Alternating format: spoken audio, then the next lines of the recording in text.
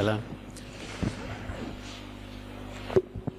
On va entamer donc la dernière partie de sémiologie qui fait partie de mon programme. On va essayer de faire aujourd'hui la dernière séance. Je vais insister sur le point essentiel dans cette partie. Et vous ne êtes censé que de connaître la sémiologie dans les cours. Ni physiologie, ni traitement. Vous êtes censé de connaître la sémiologie médicale, qui est la clinique et qui est aussi la biologie. Donc tout ce qui est introduction, rappel physiologique, ce n'est pas de votre ressort pour ce module. Et tout ce qui est thérapeutique aussi, il n'existe pas. Ok, donc ne vous inquiétez pas si les cours sont lents, c'est pour vous imprégner, pour faire une bonne introduction, pour entamer la sémiologie. Je parle pour ce qui est de mes cours moi-même. Il n'y a pas de piège, il n'y a pas de difficulté. Vous n'avez qu'à connaître la sémiologie. Les définitions cliniques, paracliniques, c'est tout. Rappel, anatomique, histologique, l'histoire, tout ça, c'est pour vous. OK? Pour qu'on soit clair. Alors, on va entamer cette partie qui est très sensible, la sémiologie des gonades. C'est une sémiologie qui relève du côté génétique de la chose, le congénital et les maladies héréditaires et ces maladies qui ne sont pas guérissables malheureusement. On ne peut pas les guérir. Qu'est-ce qu'on fait? En fin de compte, on essaie justement de ne pas aggraver la situation et donner conseils génétiques parfois pour les couples, pour les familles, pour éviter ce qu'on appelle le mariage consanguin. C'est pour ça que vous avez vu dans l'observation médicale, interroger les patients, est-ce qu'il y a un mariage consanguin rapproché entre le couple qui va maintenir la transmission de cette maladie génétique. Bien. Dans l'introduction, je n'ai rien mis, mais vous allez écrire peut-être. Donc la sémiologie des gonades, c'est une sémiologie qui s'intéresse donc aux troubles neuro-hormonaux qui sont dus à la défaillance dans le contrôle des gonades, qui sont le côté féminin chez la femme et le côté masculin chez l'homme. Ce sont parfois des ambiguïtés, on ne peut pas différencier entre hommes et femmes, nourrissons, enfants, filles, etc. Ce sont des malformations qui sont détectées précocement dès la naissance, donc ce qu'on appelle la néonatologie, néonate, c'est-à-dire en postnatal. Et parfois ce sont des affections qui se manifestent avec l'enfance, première, deuxième, troisième enfance. Donc c'est de retard, parfois de puberté, parfois une puberté qui est précoce.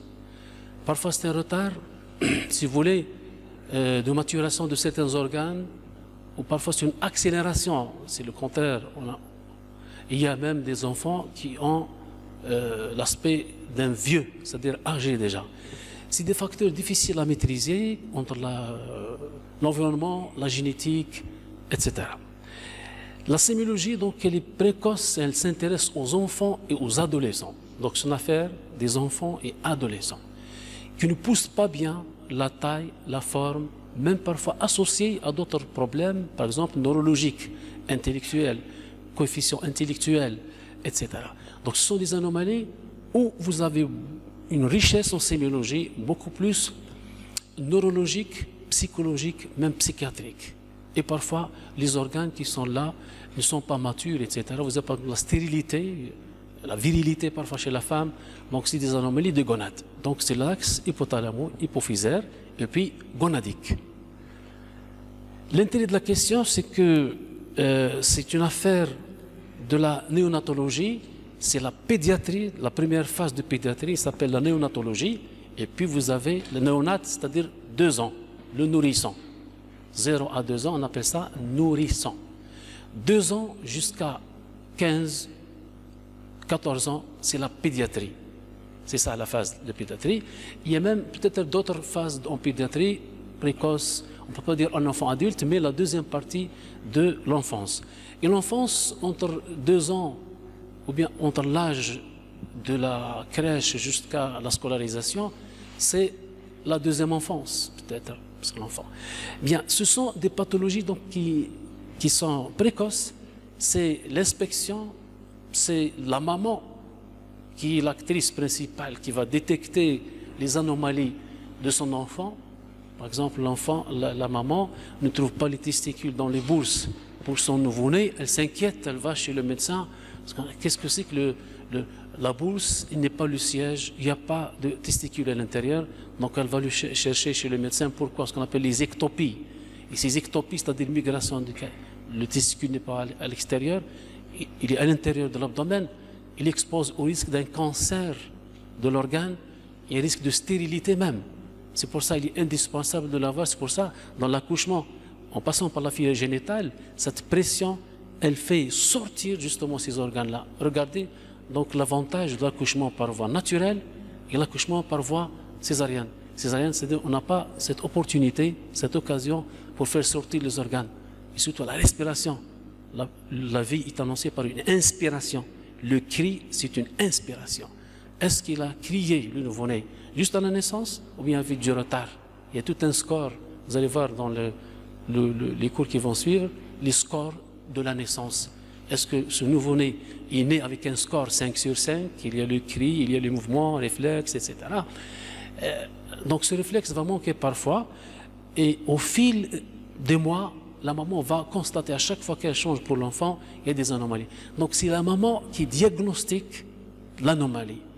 Et c'est le médecin qui va corriger. Parfois c'est tardivement, à l'âge de 7 ans, à 15 ans, plus parfois.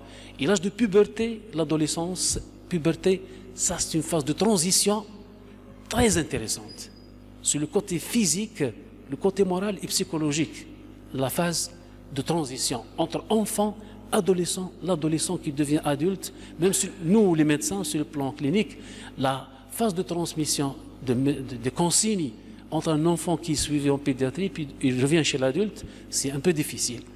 Donc ce sont des constatations de l'inspection, du regard, de l'examen clinique, physique tout simplement, et puis on va chercher qu'est-ce qui se passe sur le plan biologique. On va explorer les axes hypothalamo-hypophysaires, gonadotrophines, etc., testicules, les organes génitaux féminins et masculins.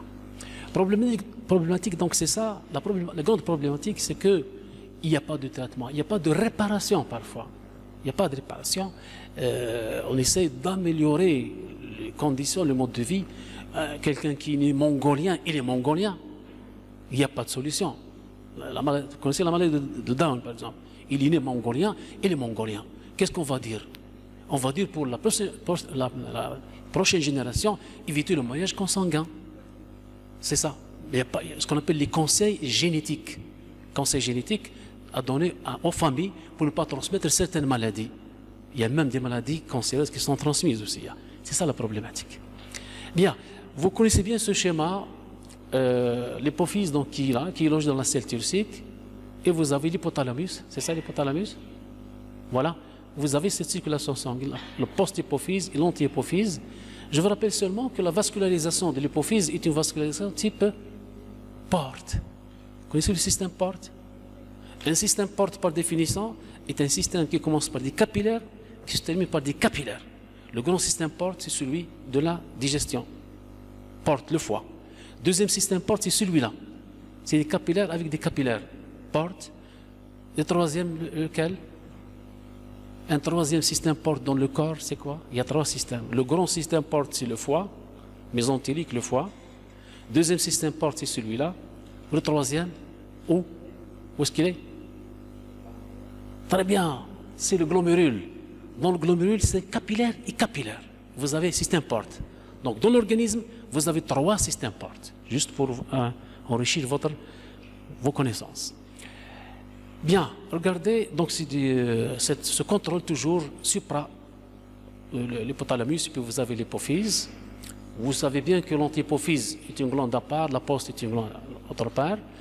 Alors, les contrôles qui vont se faire, les sécrétions antihypophysaires, les hormones, donc prolactine STH, somatostatine, et la GH, donc c'est les hormones de la croissance. Vous avez la prolactine, qui est l'hormone pour la lactation, donc c'est le sein, ici c'est la croissance. Donc c'est ça les anomalies. Donc si j'ai quelqu'un qui ne pousse pas bien, un nain, une petite taille, je vais chercher dans ce sens-là. Si j'ai un problème de lactation chez l'allaitante, ou bien beaucoup de fabrication, de sécrétion de lait, je vais chercher la prolactine, l'hyperprolactinémie. Par exemple, une glande mammaire, chez l'homme, elle involue, elle est petite. Mais chez une jeune fille, une fille de 10 ans, qui fait du lait, c'est pas normal. Un enfant de 10 ans, féminin qui fait un sein qui est gros, c'est pas normal. Donc on va chercher, entre autres, dans la prolactine. Nous avons les néos du sein. Le néo du sein, c'est la femme. Mais il y a des néos du sein chez l'homme. Nous avons des gynécomasties chez l'homme, c'est le sein qui se développe. Et la femme, c'est pas une gynécomastie. Ok? C'est physiologique. Attention à la féminisation des hommes et la masculinisation des femmes. Ne serait-ce sur le plan physique, marche, voix, etc. Donc, nous les hommes, on a des caractères féminins, mais c'est le masculin qui domine. Vous les femmes, vous avez des caractères féminins qui dominent sur la scène. Mais on se partage certaines choses, mais la prédominance, elle est toujours qui fait la différence entre les deux organes. La stimulation hypophysaire, donc il y a toujours l'ACTH, FSH, LH, TSH. Vous connaissez donc ACTH, c'est la surrénale, c'est la peau. Le FSH, LH, c'est le gonade, donc c'est le côté féminin, voilà, même au niveau masculin. Et la TSH, c'est la thyroïde. Ces axes, on peut facilement les exploiter, les explorer pour chercher une certaine pathologie. L'hormone de croissance, voilà, c'est la STH, voilà, GH, hypothalamique, etc. Donc nous avons, lorsque il y a une croissance qui dépasse les limites, on appelle ça acromégalie, c'est-à-dire sa croissance dépasse l'âge réel. Par exemple, un enfant qui a la taille d'un homme, etc., c'est un acromégale. Est-ce que vous connaissez des acromégales dans l'histoire?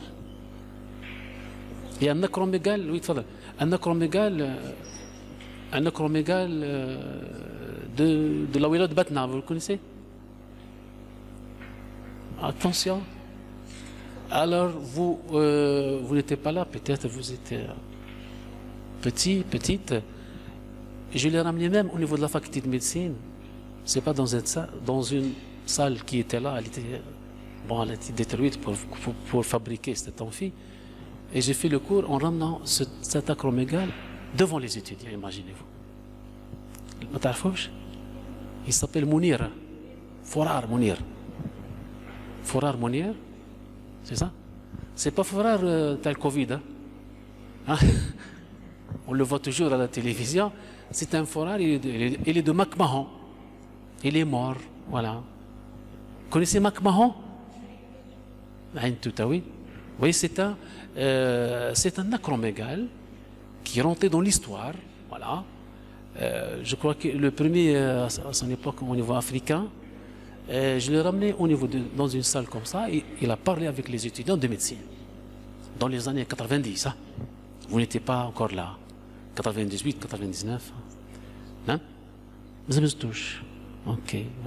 Vous pouvez voir sur les photos, Mounir, c'est un acromégale connu. Bien, et par contre, vous avez les nains. Cet acromégale, il était même en France, partout.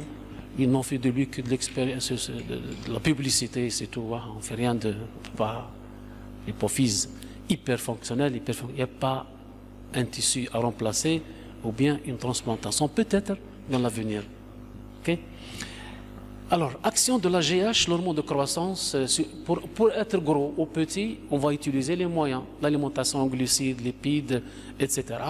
Donc, l'action de fabriquer, d'anaboliser, même votre insuline, l'insuline qu'on a citée hier, c'est une hormone anabolisante, elle construit, elle fait grossir, etc.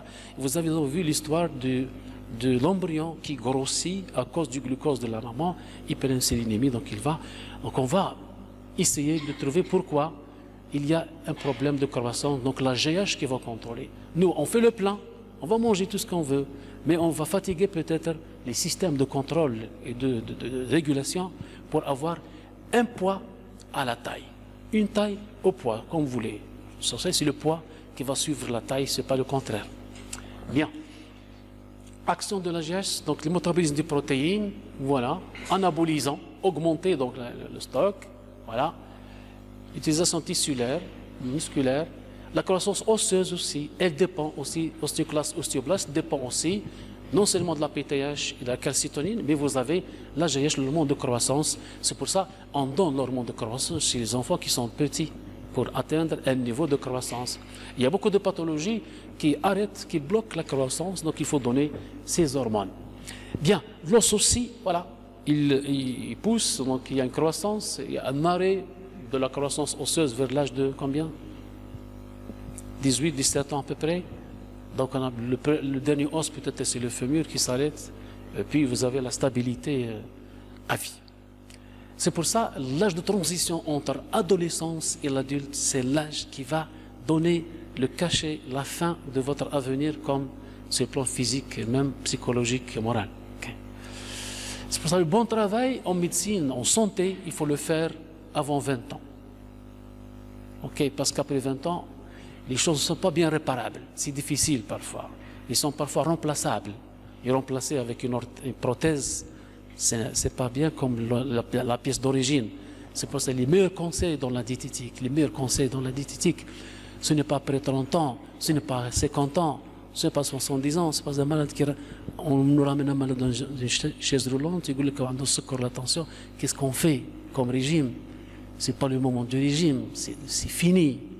Ça, c'est un moment, c'est une période difficile. On va essayer de faire autre chose. Mais le meilleur moment de parler de la diététique, de la correction, ok, pour mettre le cachet de bonne santé, c'est avant 20 ans. C'est avant 20 ans.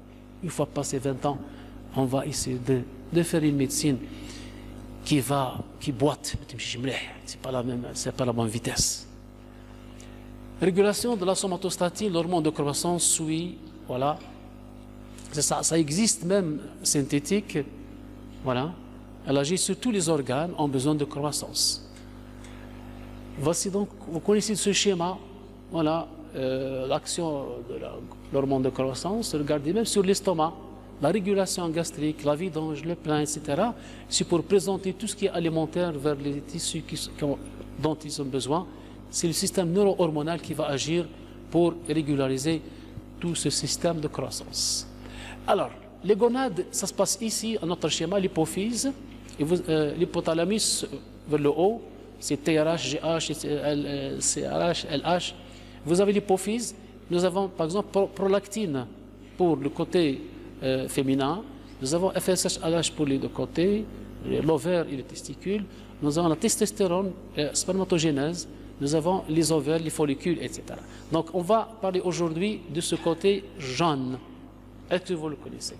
Donc bien, cette FSH-LH agit sur les deux organes, masculin et féminin. Voilà ce qu'on va fabriquer, une glande endocrine, elle est mixte, endocrine, testostérone, exocrine, spermatogénèse. Les ovaires, vous connaissez donc la folliculogénèse et le cycle qu'on va voir. Bien, cet axe, il est bien défini. Oui, tfadal. Alors je vous rappelle, si vous faites du retard, vous rentrez avec un mchkila. C'est mon retard qui est mal toléré. Votre retard est bien toléré. Venez en retard, moi je mchkila. C'est mon retard qui n'est pas tolérable. Ok, on ne peut pas se comparer une personne avec 300 ou 400. Donc vous rentrez comme vous voulez et vous sortez quand vous voulez. Bark, vous pouvez boire et manger. C'est interdit, mais c'est autorisé. Et je parle c'est-à-dire ce qui me concerne moi-même. Venez en retard, ce n'est pas un problème pour moi. Mais c'est mon retard à moi qui n'est pas tolérable. Ok? Voilà. Mintouma, laïsa. Hagda? Très bien. Alors, nous avons un problème masculin. On va tester, on va chercher, travailler ici. On va tester la périphérie ou le centre. En matière de glandes, il y a toujours l'anomalie périphérique et l'anomalie centrale. Si l'anomalie centrale, c'est l'anomalie est dite centrale. Vous avez toujours ces stimulateurs qui sont en petite dose, c'est-à-dire hypo. Par exemple, j'ai peu de prolactine. J'ai peu de lait chez une femme qui a accouché, elle a peu de lait. Parmi les discussions, je veux dire, est-ce que la prolactine est là? Je veux voir, c'est le sein. Mais si le centre qui est touché, je veux voir FSH, LH, par exemple. Donc, centrale et périphérique. Alors, donc les gonades, c'est une pathologie, la sémiologie des gonades, c'est une sémiologie qui va toucher le côté masculin et féminin. Nous avons soit une hyperproduction, et nous avons des anomalies d'hyperproduction, soit nous avons l'anomalie d'hypoproduction, nous avons l'insuffisance, soit nous avons un autre problème qui est plus difficile, c'est le déficit ou l'excès en dehors de l'habitude. Par exemple, une fillette de 10 ans qui a des glandes mammaires développées, précocité d'une puberté. Nous avons une femme de 30 ans qui n'a pas la glande mammaire. Qu'est-ce que c'est que ça? C'est une agénésie, dysgénésie. Et le contraire, la symétrie, c'est toute une histoire. C'est pour ça que la grande partie que je vais présenter aujourd'hui, elle va concerner les glandes mammaires. Parce que le cancer du sein est un cancer très dangereux. Il tue les femmes et les jeunes femmes. Il est évitable, il est guérissable. Mais il tue les jeunes femmes, ce cancer. C'est pour ça qu'on va insister sur cette question. Est-ce que c'est clair pour la physiologie, Hani? Oui, c'est les axes qu'il faut contrôler. Voilà. L'hormone de croissance, elle va dans l'os aussi. Ça ne veut pas dire que la thyroïde ne nous intéresse pas. Même la thyroïde nous intéresse pour la croissance, nous intéresse pour la fertilité, pour la stérilité masculine et féminine. Ça nous intéresse de voir la surrénale. Tout le monde qui va participer, attention. Ok? Vous avez un problème de stérilité d'un couple, on va enquêter s'il n'y a pas une dysthyroïdie. L'hypothyroïdie ne peut pas faire des enfants, parfois, si elle est déficitaire. En corrigeant le déficit en hormones thyroïdiennes, elle va avoir une procréation physiologique. C'est la même chose, c'est un autre schéma qui va illustrer. Voilà, donc au niveau des glandes mammaires, le développement mammaire, voilà, ici, la lactation, voilà, le nombre, prolactine, les gonades, oestrogènes, progestatifs, testostérone, donc ça c'est le FSH, LH, et la surrélane aussi, elle peut nous aider pour ça, l'hormone de croissance et même les hormones thyroïdiennes. C'est-à-dire tout le monde va participer pour une croissance, pour un développement, donc tout l'axe hypothalamo-hypophysaire. Organisation fonctionnelle, l'hypophyse qui est le chef d'orchestre, donc l'hypophyse va agir sur les différentes glandes, voilà. Encore un autre détail, c'est pas la peine. Voilà, l'appareil génital chez la femme, vous le connaissez bien, les ovaires, les trompes, etc. Alors l'ovaire, vous avez deux zones, corticale et médulaire, voilà.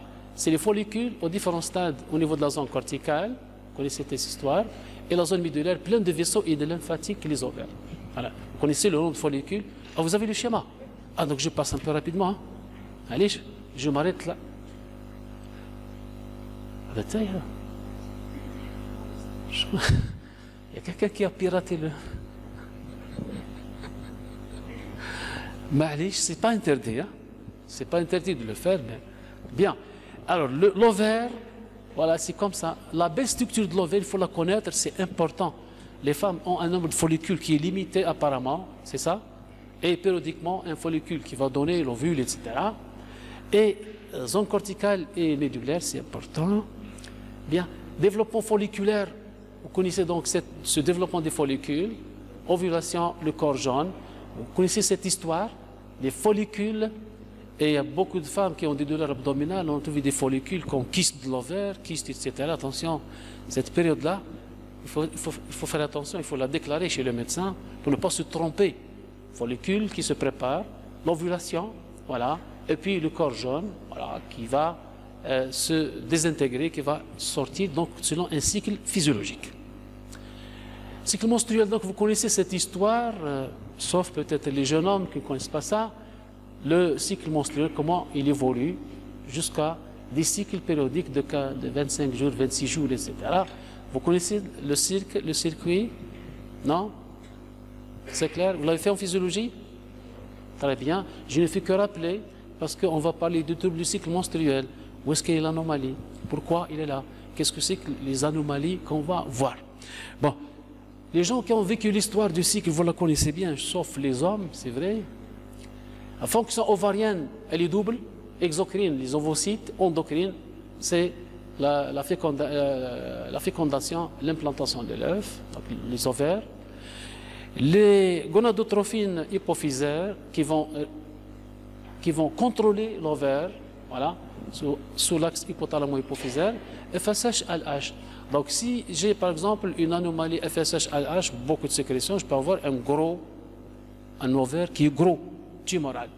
Si j'ai beaucoup de production au niveau de l'ovaire, FSH-LH va être diminué, ce qu'on appelle le feedback négatif. Bien, c'est pour ça qu'on travaille avec ça, c'est important. Le contrôle hypophysaire de l'ovaire, vous le connaissez, c'est la GNRH, à l'hypothalamus, la fréquence rapide, la stimulation FSH-LH, la stimulation qui est lente. LH, elle est rapide, FSH, elle est lente, donc c'est l'anti-hypophyse toujours. C'est l'anti-hypophyse ici. Production, donc le cycle de stéroïdes ovariens, donc c'est ça, donc c'est le détail, l'œstradiol, progestérone, androstendione, donc ce sont les hormones sécrétées par les ovaires sous action de LH et FSH. Donc le dosage plasmatique dans le sang de ces hormones est toujours lié au dosage de FSH ou bien LH. Vous devez connaître comme étudiant de médecine, LH, qu'est-ce qu'elle contrôle, LH, et que contrôle le FSH. Voilà, et la liaison entre les deux. C'est clair? Bien. Ça, c'est la circulation hormonale, ce n'est pas la peine. Les hormones, effet des hormones, donc l'œstradiol, c'est quoi ça? Les organes génitaux externes, c'est les seins, caractère sexuel secondaire, métabolisme, oui, les oestradiols, l'endothélium, la libido, l'os, etc. La progestérone, c'est préparation de l'utérus pour la nidation et agit aussi sur les glandes mammaires. C'est pour ça que pendant le cycle menstruel, vous avez des manifestations au niveau mammaire. Je vous rappelle que la gynécologie, on va voir, il y a la gynécologie, il y a l'obstétrique et il y a la sénologie, une spécialité des glandes mammaires. Production, le rétrocontrôle ovarien, donc il va faire, à chaque production, vous avez un rétrocontrôle, donc ça c'est le caractère hormonal, chaque hormone, et fait son rétrocontrôle sur l'hormone qui la stimule, selon un circuit neuro-hormonal. Est-ce que c'est clair pour la physiologie? Un peu rapide, mais vous la connaissez déjà en physiologie. Très bien. Alors je vais vous parler du cycle, voilà, cycle menstruel, physiologique et ses anomalies. Le cycle menstruel, c'est un problème chez les femmes. Voilà, le cycle menstruel, les anomalies menstruelles sont définies et classées en fonction de la période survenue chez l'adolescente, la puberté, chez la femme pendant la période d'allaitement, l'adolescence et la périménopause.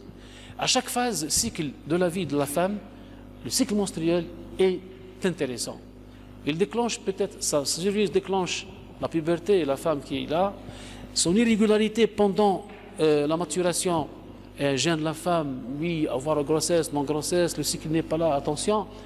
Il va de la ménopause, parfois il signe et il vous dit adieu, c'est les adieux, il n'y a plus de cycle. C'est la ménopause, le 11. C'est le 11 qui gêne beaucoup les femmes, avoir la ménopause.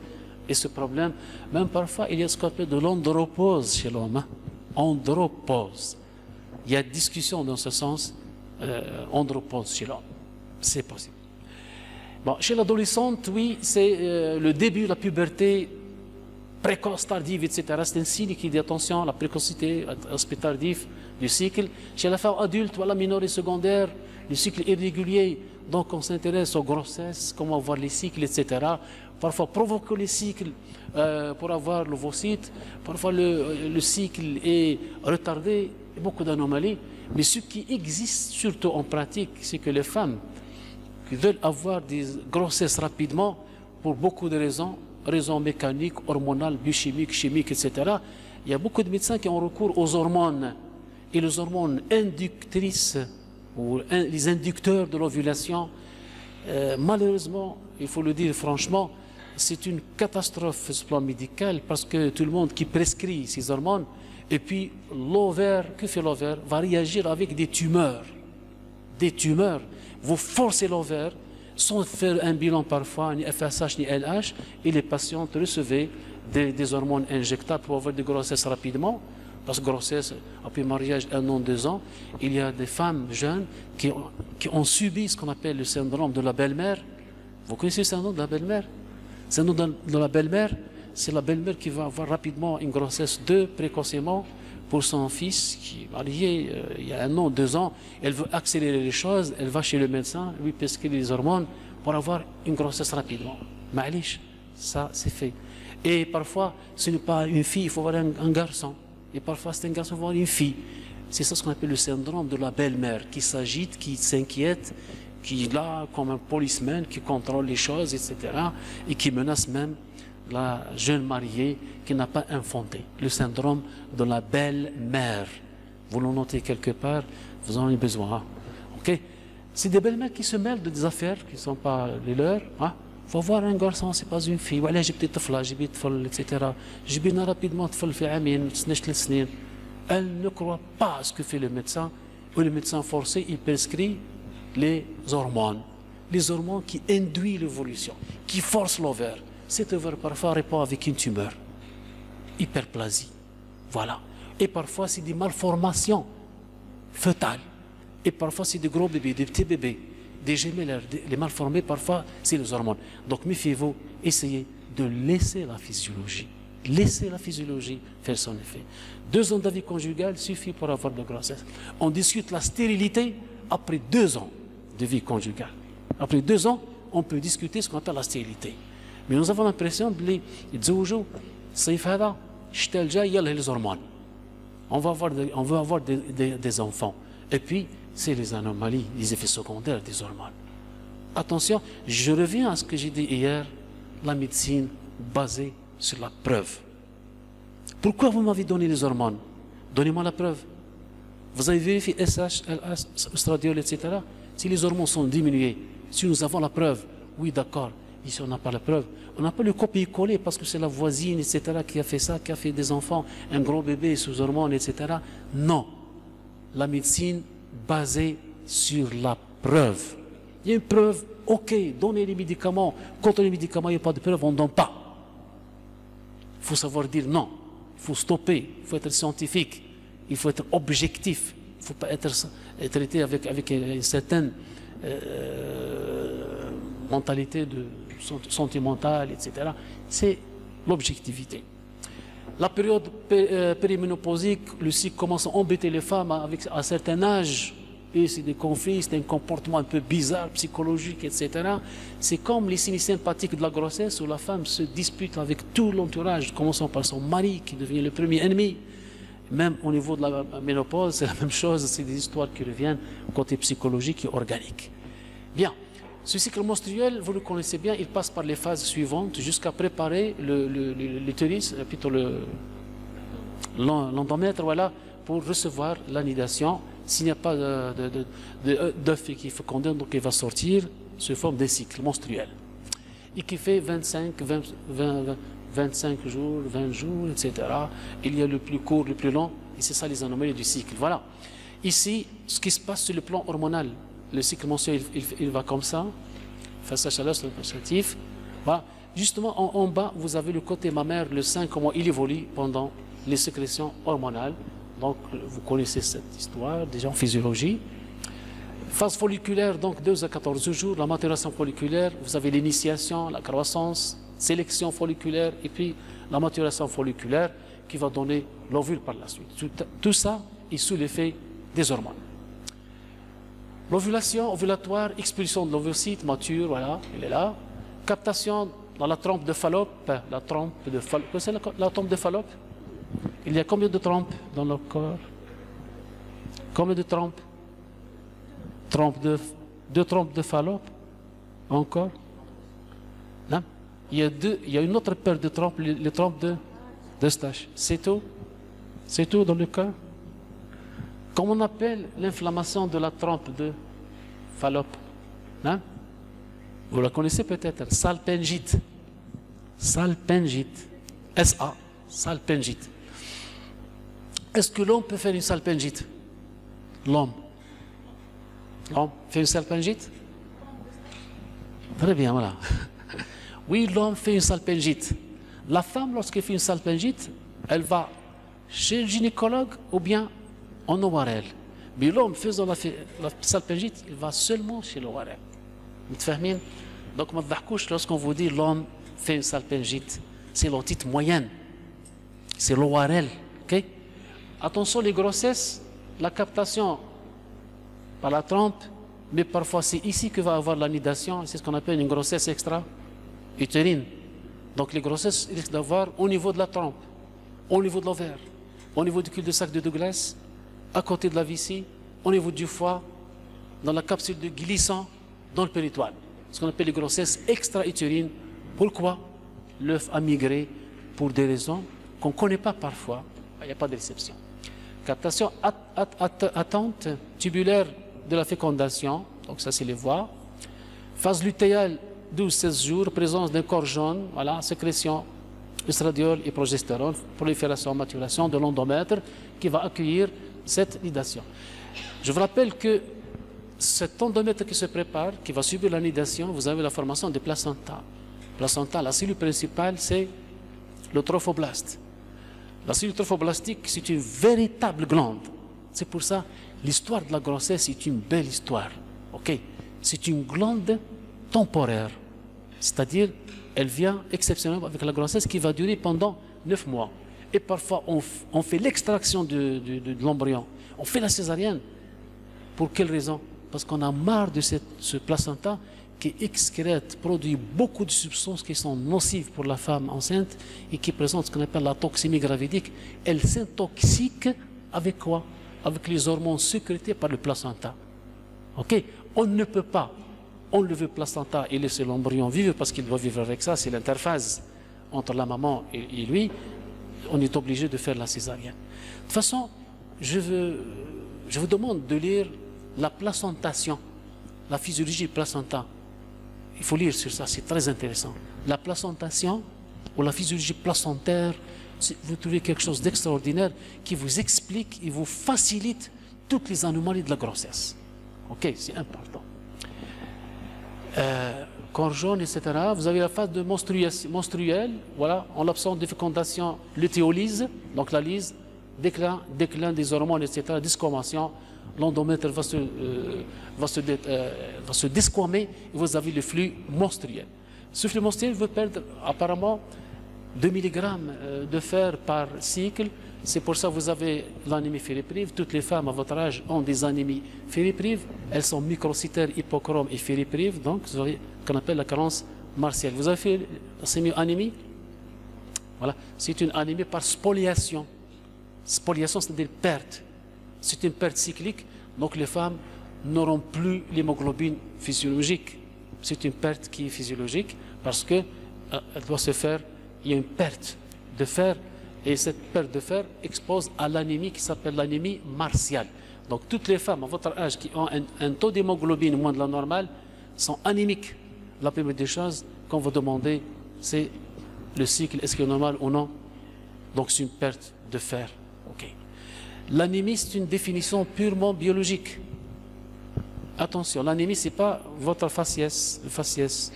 L'anémie, la définition est purement biologique. C'est le taux de l'hémoglobine plasmatique moins de la normale. Il n'y a pas une autre discussion. OK? Il n'y a pas une autre discussion. Sujet de race noire, jaune, etc. Comment on va voir? On va faire. L'anémie, stricte définition. Strict, j'insiste. Hémoglobine plasmatique moins de la normale. La normale peut-être 13, 14, 15, je m'en fous. Essentiel, moins de la normale. Vous avez ça sur vos papiers donc, de bilan. Alors, la femme va faire des anémies physiologiques, c'est pour ça qu'on va donner parfois le fer. Mais attention, on fait bien l'enquête, on s'assure que le fer qui est la cause de l'anémie. Les anomalies du cycle menstruel, lesquelles, voilà, comment aborder une femme qui vient pour une anomalie du cycle menstruel? Elle va vous dire le cycle est retardé, le cycle précoce, le cycle est lent, il est perturbé, il n'est pas là, il est venu partir. Ce sont toutes les questions de la femme pour le cycle, qu'est-ce qu'il faut faire? Antécédents familiaux. Avez-vous les mêmes anomalies dans la famille? Les sœurs, maman, etc. C'est pas papa, c'est la maman. Familiaux, antécédents gynéco-obstétriques. Antécédents familiaux d'anomalies ovariennes, d'anomalies utérines parfois, même de néoplasie de col et l'utérus, c'est familial. Antécédents gynéco-obstétriques. La gynécologie, c'est les maladies de l'appareil génital de la femme. Obstétrique, c'est les anomalies, la sémiologie des accouchements, des grossesses et accouchements. Faites la distinction. Le cancer du col ou de l'utérus, c'est de la gynéco. Le cancer du sein, c'est la cynologie, notre spécialité. L'accouchement prématuré, l'accouchement gémellaire, la dystocie, etc., c'est obstétrical. État physiologique, puberté, ménopause, cycle, etc. On pose la question sur la puberté. Est-ce qu'elle est précoce? Est-ce qu'elle est tardive? Est-ce qu'il y a une ménopause? Parce que la plainte, elle vient d'une femme, elle peut être petite fille, jeune fille, une vieille, etc., qui peut se plaindre de problèmes de cycle. La durée du cycle est intéressante. Est-ce qu'il y a un changement dans la durée du cycle? Au début, c'est une perturbation, puis vous avez l'installation d'un cycle régulier. Menstruation abondante ou bien non? Et vous avez ce qu'on appelle la douleur. La douleur de la menstruation, on appelle la dysménorrhée. Vous la connaissez? Dysménorrhée. D-Y, dysmé, M-E, N-O-R-H-E-E. Dysménorrhée, attention, vous connaissez ce problème de douleur pelvienne pendant le cycle qui n'ont pas d'explication somatique. C'est des douleurs qui sont accompagnées de nausées, vomissements, même parfois perte de connaissance, cause de retard, cause d'absence chez les jeunes femmes parfois. La dysménorrhée est un grand problème. Cette douleur, elle n'est pas toujours présente, mais de temps en temps, il y a des femmes, des jeunes filles qui ont ce problème de douleur pelvienne qui n'est pas anatomique, qui n'est pas... on ne connaît pas son histoire. Peut-être c'est les hormones, peut-être c'est le sympathique, parasympathique, on ne connaît pas. Mais c'est une douleur concomitante avec le cycle, avec la menstruation. Avec la menstruation, exactement, cette douleur pelvienne qui s'appelle dysménorrhée. Douleur pendant la menstruation, elle est pelvienne et elle est accompagnée de nausées, de vomissements, pâleur, hypotension, et parfois un état de malaise.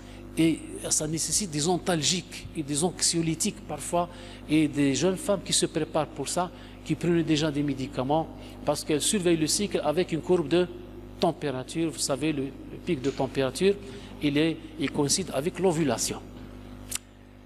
C'est pour ça l'ovulation et la courbe de température, parfois c'est un moyen de contraception chez les femmes. C'est un moyen de contraception, mais attention aux erreurs, etc. On ne peut pas compter trop sur le cycle et surveiller l'ovulation. Il y a parfois des erreurs et il y a des grossesses. Après, on accuse le médecin, on accuse le calcul, etc. C'est des fautes. C'est une grossesse non désirée, c'est une grossesse qui n'est pas la bienvenue. On veut arrêter le processus de grossesse. On n'arrête pas la grossesse, attention. Une grossesse déclenchée, elle reste jusqu'à sa fin. Sa fin, elle est pathologique ou physiologique ou normale. On n'a pas le droit de faire ce qu'on appelle l'euthanasie, c'est-à-dire mettre fin à un embryon qui est viable, on le laisse jusqu'à la fin, quel que soit l'acteur ou l'actrice, quelle que soit la situation, et ça obéit à la seule indication médicale, ou contre-indication médicale, à la grossesse.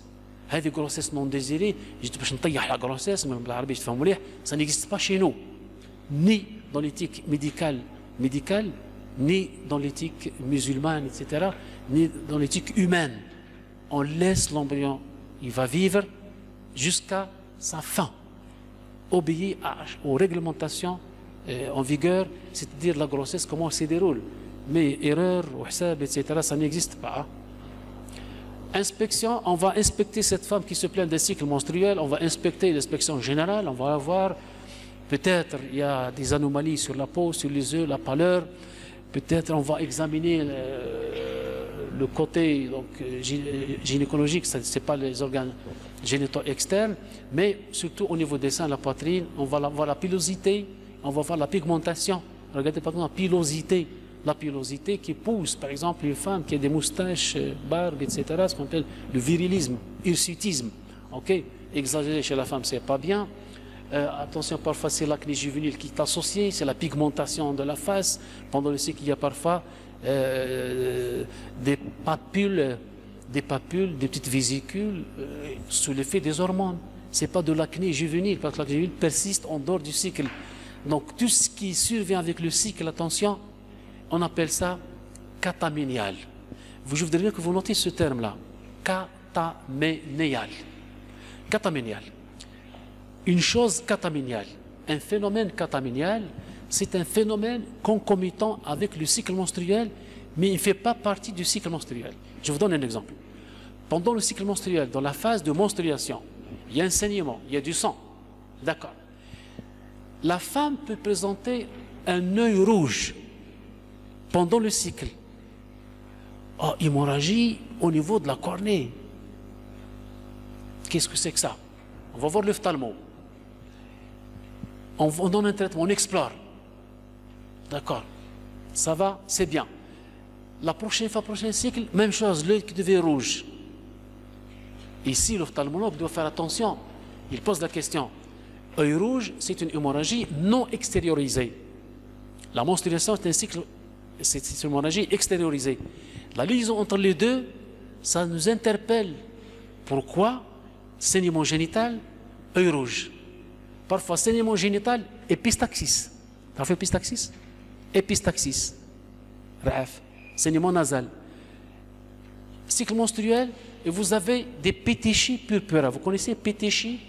Pétéchies purpura, hémorragie cutanée, par fragilité capillaire. C'est les points ou bien les plaques rouges violacées sur la peau. Vous trouvez par exemple cycle menstruel, hémoptysie. Hémoptysie, c'est cracher du sang provenant des poumons. En sous-glottique, c'est ça la définition. Vous avez cycle menstruel, hémorragie digestive. Vous allez dire, qu'est-ce que c'est que ça? On appelle ça épistaxis cataméniale, conjonctivite cataméniale, purpura cataméniale, hémoptysie cataméniale, hémorragie digestive cataméniale, méléna cataméniale.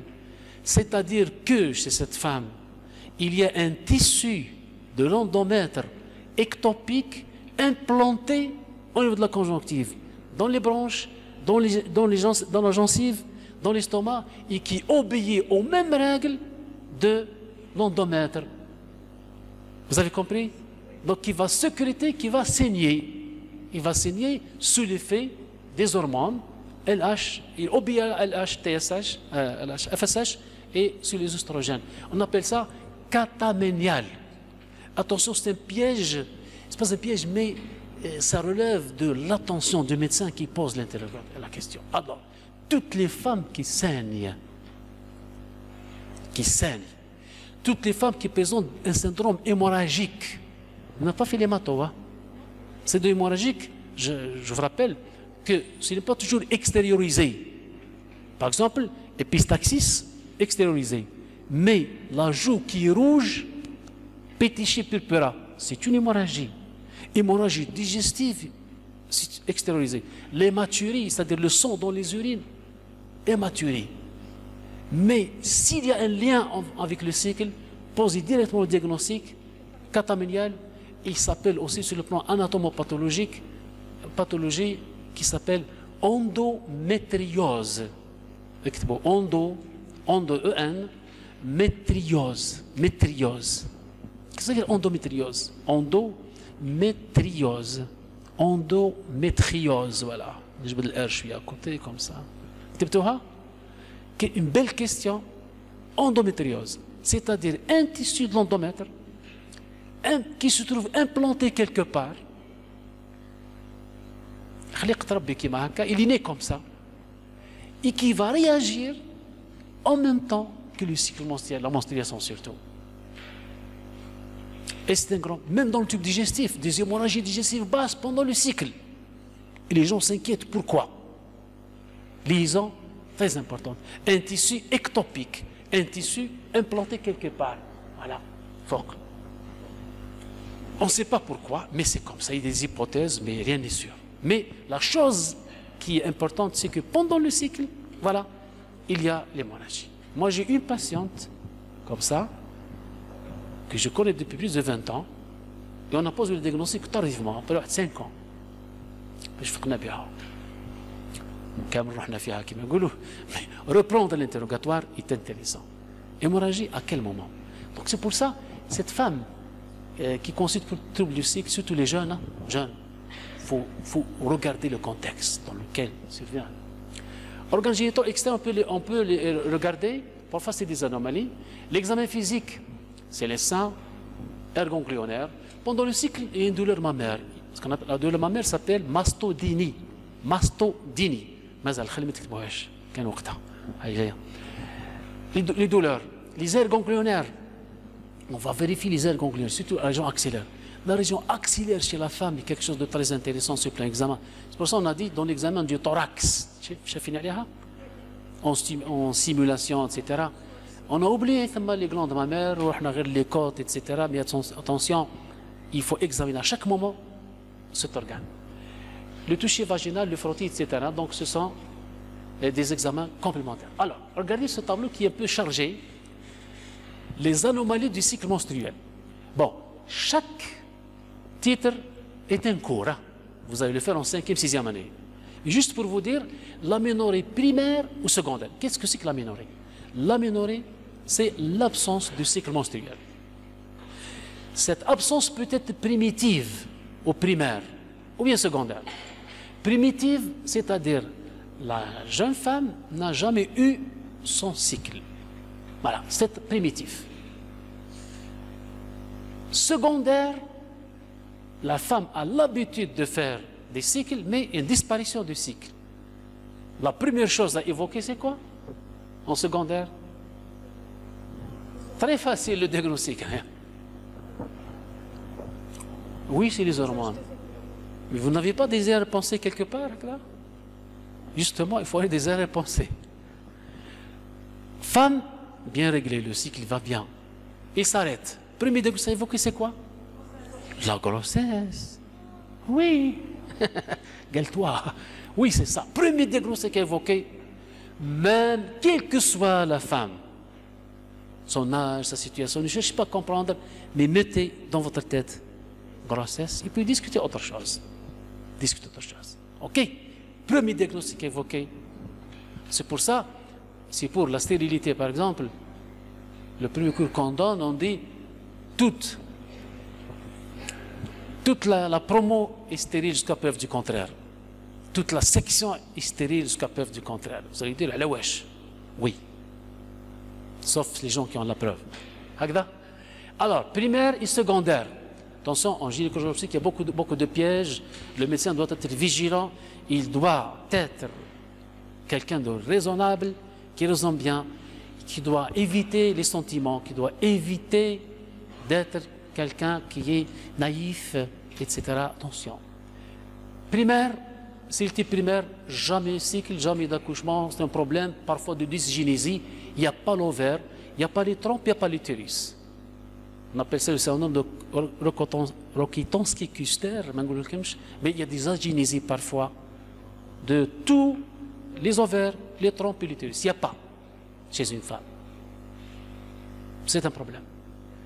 Et parfois, c'est l'écoulement sanguin qui ne s'excuse pas à l'extérieur et qui est retenu dans l'utérus. Il reste, et puis on accuse la jeune femme de grossesse. Et oui, ça existe, de grossesse. Blaqila, c'est pas grossesse. Qu'est-ce qu'on va faire? On va faire interroger. Elle a les mêmes signes d'un cycle, mais il n'y a pas de sang. On palpe, il y a une masse, comme une grossesse. On fait l'échographie, c'est un hématome dans l'utérus, c'est du sang. Il faut ouvrir et évacuer, c'est tout. Ça existe en médecine, donc faites attention. C'est pour ça, l'interrogatoire précieux, écoutez, regardez. Il ne faut pas aller directement vers les arrière-pensées où vous accusez les gens à tort et à travers. Il y a un problème où le sang ne sort pas.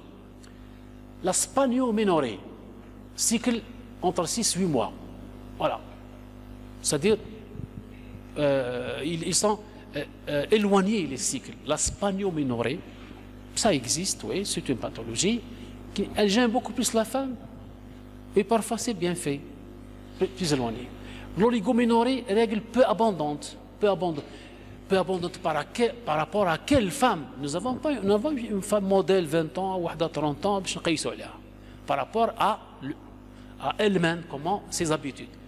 Si son cycle menstruel arrive à la transfusion, maintenant, elle perd beaucoup. On va chercher la cause. Oligoménorrhée, peu. Polyménorrhée, règle fréquente. Fréquente, mais chez abondante. C'est pas menstruation qui fait abondante, les règles qui sont, c'est comme polyurie. Ok? La dysménorrhée, c'est la douleur. Voilà, dysménorrhée. Voilà, c'est la douleur. Ménorrhagie, les règles abondantes. Ménorrhagie. Mais métrorragie, c'est en dehors des règles. Ménorrhagie, le cycle abondant. Métrorragie, saignement en dehors du cycle. Ça, c'est un cours, c'est un chapitre, c'est toute une spécialité métrorragie. Cycle menstruel, cycle prémenstruel. Regardez un cycle prémenstruel, c'est-à-dire il y a des signes annonciateurs prémenstruels. La mastodynie, la femme commence à avoir douleur au niveau du sang, douleur pelvienne, migraine, 48 heures avant le cycle. Il y a des signes prodromiques qui annoncent que le cycle est à côté, comme l'épileptique. Vous avez fait l'épilepsie? La crise d'épilepsie tonico-clonique, vous l'avez faite? Elle commence par des signes prodromiques, les signes de l'aura. Signes de l'aura, c'est-à-dire, il sent qu'il va faire une crise d'épilepsie. C'est pour ça, chez les gens développés en médecine, ils ont formé des chiens détecteurs des signes de l'aura de l'épilepsie. Ils vont directement chez le maître pour le mettre en sécurité. Des chiens détecteurs d'hypoglycémie, les chiens détecteurs d'hyperglycémie et des chiens détecteurs même actuellement d'infection Covid. C'est les chiens formés, voilà. L'Occident, c'est des gens, population qui a vieilli, il y a toujours un vieux, un chien, une vieille, un chien, il fait un vieux, un chien, une vieille, un chien. Donc ils ont pensé à que l'accompagnateur qui est fidèle, qui est le chien, on lui apprend de détecter les signes prodromiques de l'hypoglycémie, de l'épilepsie, de l'hyperglycémie. Et dernièrement, c'est le Covid. Il détecte dans la salle quelqu'un qui est porteur de Covid. Voilà l'évolution de la médecine. Mastodynie, c'est une sein douloureux étendu. Mastodynie, voilà, douleur du sein. Dyspareunie, voilà, douleur. Leucorrhée, écoulement. Et galactorrhée, écoulement mammaire de lait. Bon, vous pouvez lire, je vous laisse cette plaque, quelques symptômes, des définitions que vous devez connaître, mais sachez que chaque titre, chaque terme comme ça est le sujet de tout un sujet, un livre, etc. Mais vous êtes censé de connaître les définitions. Cette plaque est nécessaire pour vous. Vous devez la connaître bien. Parmi les plaques, à garder. Ça va pour le cycle menstruel, voilà, oui? Oui, d'accord. Ça va pour le cycle menstruel. Donc on n'a pas beaucoup de choses à dire. Donc c'est les signes, etc. Mais les anomalies sont en bas. On ne peut pas détailler, si on détaille beaucoup plus, il nous faut encore toute une semaine ou plus pour détailler tout ça. Donc on vous donne les définitions. Vous êtes censé de connaître le cycle tel qu'il est, physiologique, et puis les anomalies, voilà, et qui sont tous basés sur la période de menstruation. Voilà, celui qui veut faire le détail, voici les références. Voilà, l'examen sénologique. Ça va, je peux continuer? Voilà, on peut faire une pause après ce cours, une petite pause pour revenir. Voilà. Comment? Ah, l'abondance, c'est la menstruation, c'est le liquide, c'est le sang, oui. Quantité, oui. Et la fréquence, c'est la répétition. Par exemple, tous les 15 jours, tous les 10 jours, ça dépend. Bon, l'examen sénologique. Alors, c'est la première fois qu'on fait ce cours, l'examen sénologique, parce que vous avez l'examen du sang des glandes mammaires est un examen capital. Il est indispensable. Mais pour examiner la poitrine d'une femme, est-ce qu'on attend, est-ce qu'elle nous demande de le faire? Est-ce qu'on doit le faire systématiquement chez la femme, est-ce qu'on la laisse elle-même s'auto-examiner, ça existe, ou bien on laisse le sein venir avec une masse, un saignement, un écoulement pour examiner cette région. C'est pour ça. Ça relève de la compétence des médecins. Ça relève de la relation médecin-malade. Ça relève du choix du médecin. Oui, les femmes aiment être examinées par des femmes dans ce domaine, mais ce n'est pas un problème. En même temps, il y a des femmes qui préfèrent être examinées par des hommes. Le problème n'est pas là. Le problème n'est pas là. Il faut examiner cette région. La patiente, il faut la mettre en confiance. Par l'examen gynécologique, c'est parmi les examens les plus difficiles, précieux. Ça demande l'intimité de la patiente. Le médecin doit être attentif, doit expliquer comment, etc. Il doit être toujours pas seul. Ça, c'est une règle, jamais seul avec un patient. Il va faire son examen. Alors, l'examen des seins, on le laisse toujours en dernier lieu. Il est précédé par un interrogatoire, anamnèse, préparer le terrain, l'atmosphère, etc. Et puis examiner. Dans l'interrogatoire, il y a 3 objectifs principaux. Déterminer le ou les motifs de consultation. Pourquoi cette femme vient consulter? Elle peut venir consulter carrément parce que le sein fait mal. Elle peut venir pour autre problème. On va te dire, ah tiens, un problème, je crois, un bouton à droite ou à gauche. Alors que c'est le problème majeur. Pour des raisons, c'est comme la région des hémorroïdes chez les hommes, même les femmes. Elle vient en consultation, elle dit, Hakim, عندي شويه البوستر ما تعطيش دواء تاع البوستر directement يسهل المهم اعطيني دواء ما تقيسنيش. Et c'est ça la mentalité. Douleur abdominale, il dit quand tableau un scénario bien fait, on commence à rédiger Hakim un peu de boisser, les hémorroïdes, اعطيني الدواء تاعهم. De préférence, dites-lui, ما درتوش digestif مازال. De préférence, il faut dire à ce patient, ما نعرفش الدواء تاع البوستر. ما نعرفوش. La meilleure réponse. Mais واش دير؟ Il faut un examen. Il faut un examen parce que les hémorroïdes, je vous donne la phrase clé, il faut aller mlih, attention.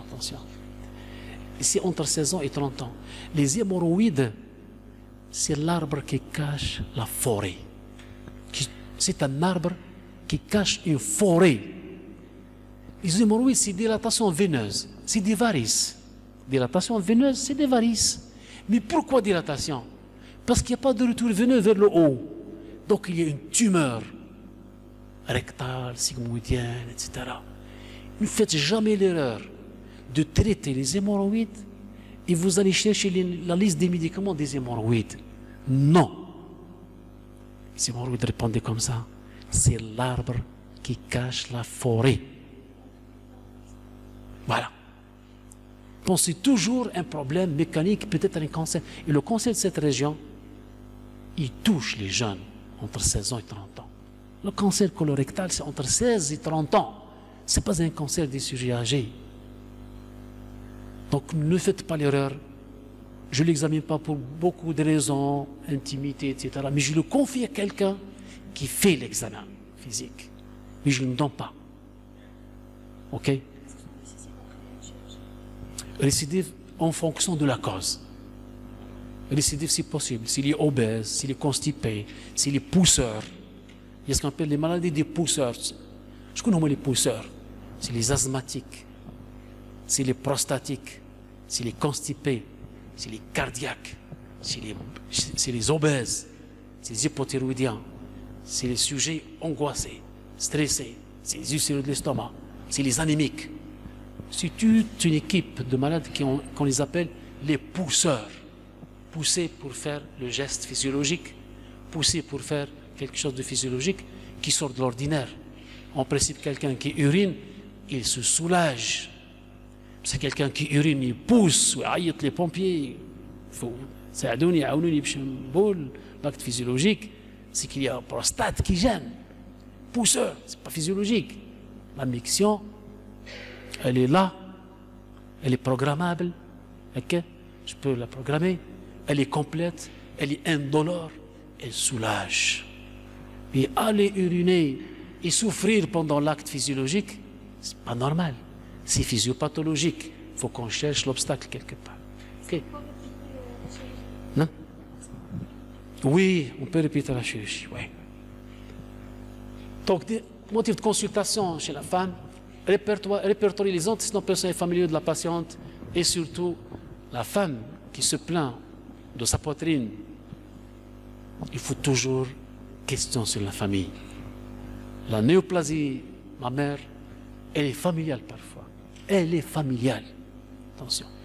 Quelqu'un de la famille, sœur, tante, etc., opéré sur le sein, mastectomisé, chirurgie, etc., morte malheureusement. Attention, c'est familial.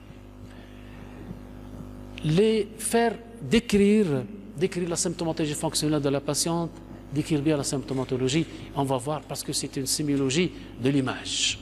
Et vous devez peut-être vous choquer avec certaines images dans ce domaine-là qu'on a vu réellement dans notre pratique de médecine. Alors, des notions à connaître avant d'entamer cet examen. Vous devez savoir, les externes, la gynécologie est une médecine de la femme, appareil génital plus les seins. C'est le gynécologue, le médecin, ou la gynécologue. L'obstétrique, c'est une médecine de la gestation, c'est-à-dire de la grossesse. Tout ce qui touche la grossesse, c'est obstétrique. Vous êtes obstétricien ou obstétricienne, femme. OK? Il y a à côté la sage-femme.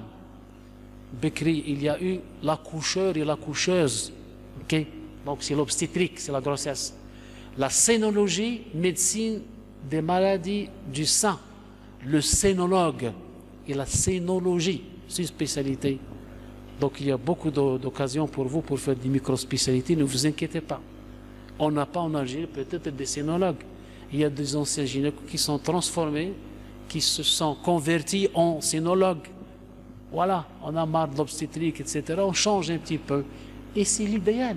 C'est genre, par exemple, un orthopédiste de la main, un orthopédiste du genou. Très bien. La spécialité, qu'est-ce qu'elle fait? Elle fait la qualité du travail. Elle fait la qualité, elle fait la dominance, et elle fait ce qu'on appelle travailler à l'aise et présenter un travail de pointe. Voilà, on peut évoluer, etc. Donc ici, allez, gynécologue, il s'occupe de tout. Il est quelque part généraliste gynécologue, un fardeau, une lourde charge. L'obstétricien, mécanique. Mécanique. Tout le monde n'aime pas l'obstétrique. Beaucoup de problèmes. Et vous avez la sénologie, c'est le sein. Beaucoup de médecins se sont penchés sur le côté examen du sein, sénologue, et qui ne font que ça. On peut être sénologue clinicien et sénologue chirurgien. OK? On peut parce que c'est de la chirurgie et c'est de l'oncologie, etc. De la clinique, de l'oncologie, la chimio, à la radio, à la chirurgie esthétique, au remplacement. On peut remplacer la glande avec de la silicone, vous connaissez cette histoire, etc. Bien. Est-ce que vous connaissez déjà ces histoires, gynéco-obstétrique, sénologue? Il faut bien les limiter, il y a des limites, attention. Examen clinique. L'objectif, anatomie de l'appareil urogénital et du sein. Ils ont, depuis le temps, associé les glandes mammaires pour l'appareil génital de la femme, mais raisonnablement pensé, il faut laisser même, ou bien demander, exiger à la médecine générale d'examiner le sein. Pourquoi? Parce qu'arriver à un spécialiste, parfois c'est difficile, l'accès est difficile, les moyens parfois n'existent pas, donc il faut encourager les médecins généralistes à examiner les glandes mammaires. Pourquoi? Parce que l'accès au spécialiste est difficile. Je vais examiner les seins, mais je ne laisse pas jusqu'à l'apparition d'une tumeur ou un saignement mamelonnaire, et je dis le gynécologue. Il faut savoir céder la main, il faut savoir passer la main. Il faut savoir dire non, je m'arrête ici, ce n'est pas de mon ressort. Je dois, pour l'intérêt du patient, je dois l'orienter. Et l'orientation vous met à l'aise. Mieux que dire ana wa kulch. Et ce n'est pas bien en médecine. Être modeste et connaître ses limites. Médecine générale, belle médecine d'orientation. Mais il faut que les généralistes soient à la hauteur, capacité d'orienter les patients dans les meilleurs délais. Ce n'est pas le retard. On va être déçu pourquoi vous êtes venu en retard, à cause d'une masse, etc. Maguelish ou Goutlo. Donc attention, il faut être toujours dans la discipline, dans l'éthique et la déontologie médicale.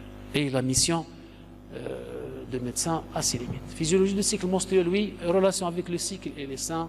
L'appareil génital féminin et du sein. La démarche clinique en gynécologie.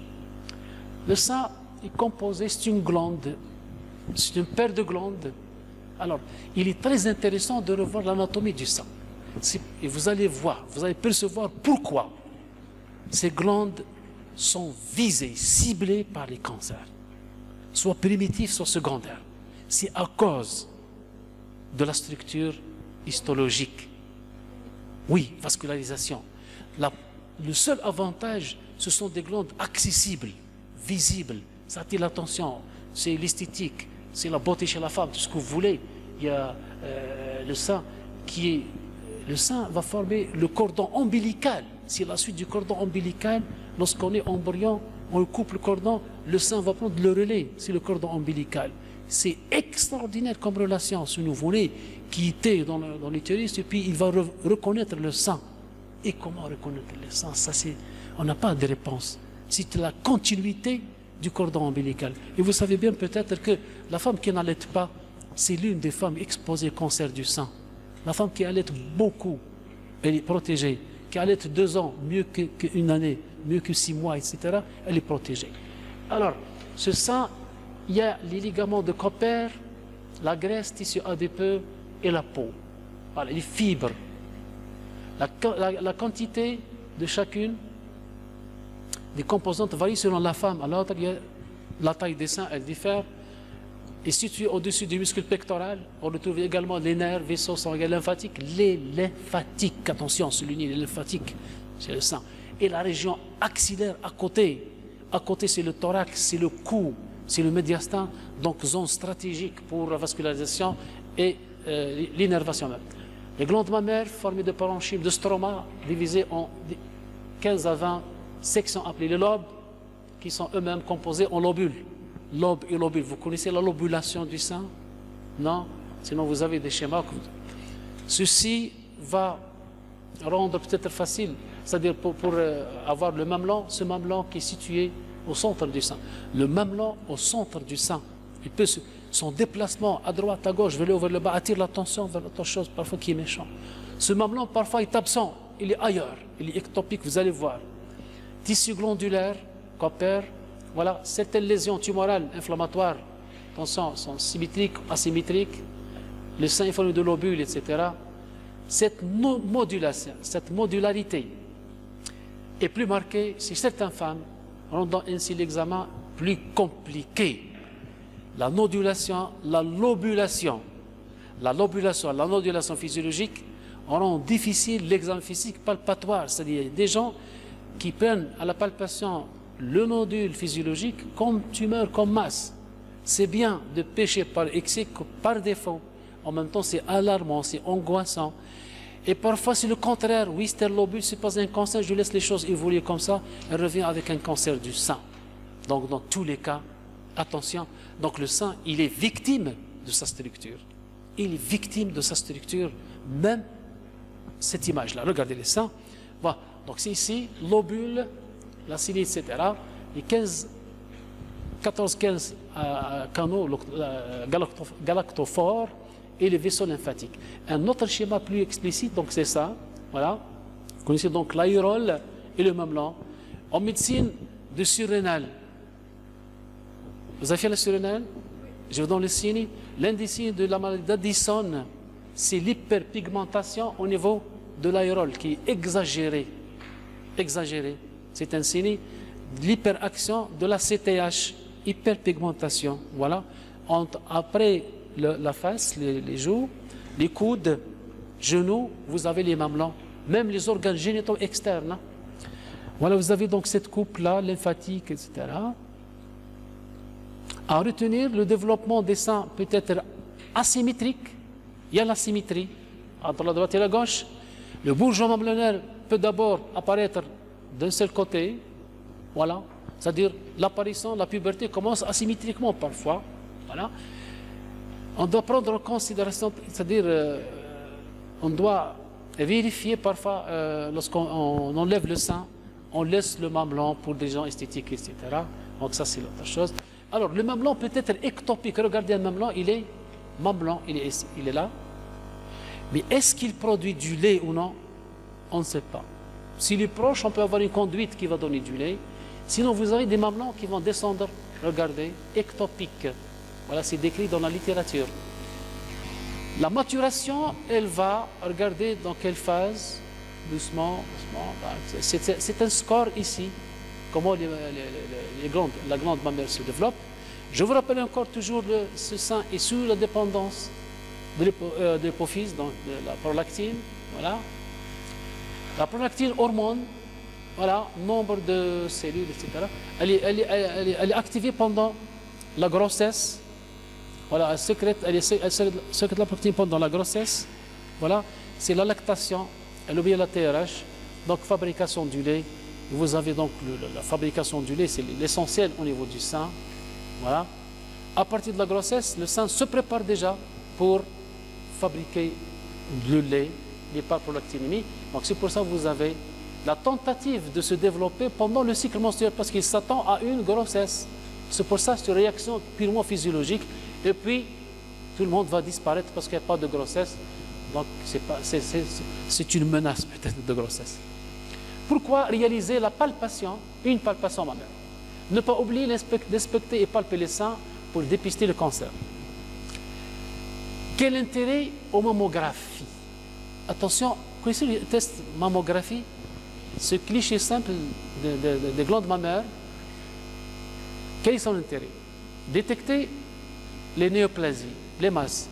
Il a été prouvé que la palpation peut détecter mieux que la mammographie. Et surtout en phase, entre deux phases d'examen mammographique. Par exemple, une mammographie aujourd'hui, la deuxième aura lieu pendant 6 mois. La mammographie, c'est un examen instantané. Voici l'image, voilà. Mais la palpation, c'est le quotidien parfois pour les femmes. Ou bien c'est les constatations qui sont faciles. Attention, il y a beaucoup de femmes qui ont la phobie vis-à-vis de la mammographie. N'aiment pas la mammographie. Pour elles, déjà, c'est un geste, c'est une exposition du sein au rayon X et qui va cancériser. C'est ça la mentalité de certaines femmes. Mammographie, on n'injecte pas. Le sein est posé sur une table, on prend le cliché. Il n'y a pas de produit. Détecter des cancers à croissance rapide, passer inaperçu entre deux mammographies, regardez 10% dans certaines études. C'est-à-dire, il faut toujours insister sur les examens palpatoires et l'examen mammographique à sa place. Donc les deux ont ce qu'on appelle les limites. On peut exagérer, on peut être, parfois on passe à côté.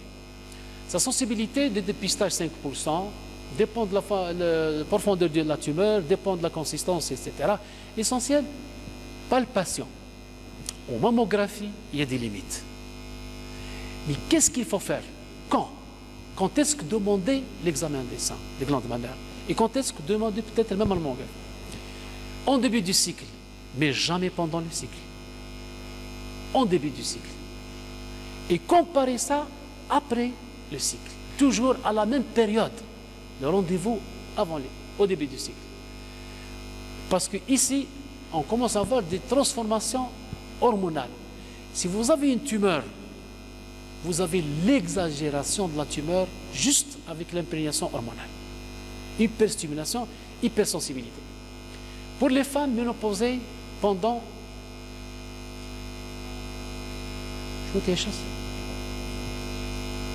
Lorsqu'on demande la terre,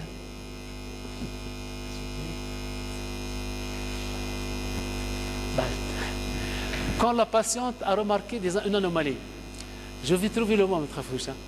Le rythme optimal, inconnu entre les mammographies, c'est possible.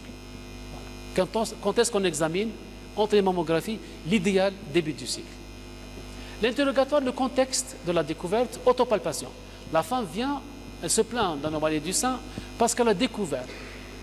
À l'autopalpation, elle a senti quelque chose, elle a trouvé quelque chose. Peut-être c'est ça, peut-être à l'inspection, au miroir. Examen médical systématique. Lors d'un examen systématique. Voilà, les hormones stimulateurs, les hormones qui stimulent, hein. Voilà, l'hormone,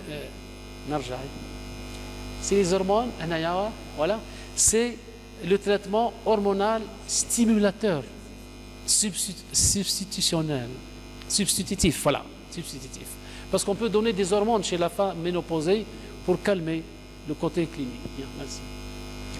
Examen médical, donc c'est ça. Mammographie systématique.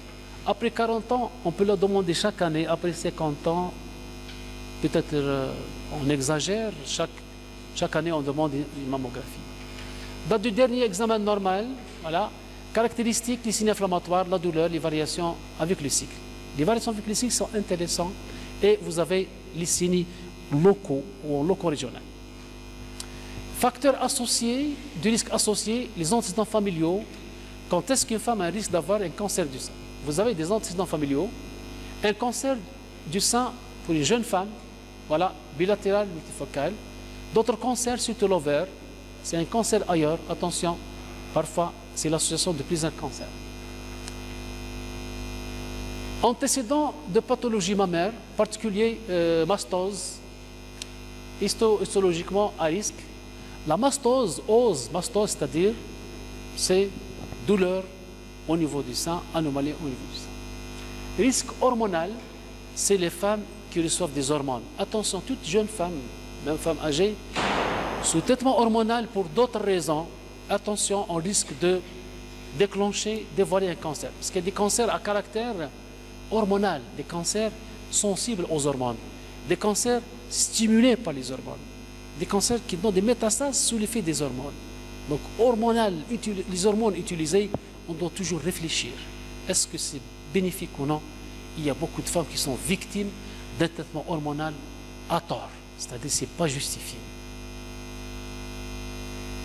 Parce que le cancer in situ, il est révélé par les hormones. Alors, les femmes exposées au cancer, c'est les femmes qui prenaient beaucoup d'œstrogestatifs pour régulariser le cycle. C'est pour éviter les grossesses. Donc, les œstrogestatifs, ce sont des substances qui peuvent donner des cancers du sein. C'est pour ça, avant de prescrire une contraception hormonale. Contraception hormonale. La femme doit obéir à un examen, entre autres le sein, les météorologies, saignements du col de l'utérus, donc elle risque d'avoir des anomalies.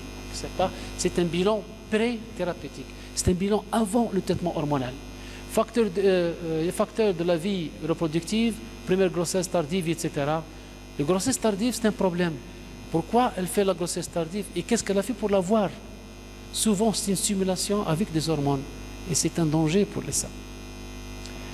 La possiparité, c'est-à-dire peu de grossesse, absence d'allaitement maternel prolongé. Les femmes qui n'allaitent pas exposent leur sein à des néoplasies. C'est prouvé, c'est confirmé. Examen physique, c'est l'inspection. Voilà, on va inspecter. Vous leur faites une pause? C'est le temps de la pause? Parce que la deuxième phase, elle est intéressante. Vous avez 6 minutes pour la pause? Ouais. Encore 6 minutes? On a la pause. Donc. Ah, il y a la pause. Donc, maximum 7 minutes. 7.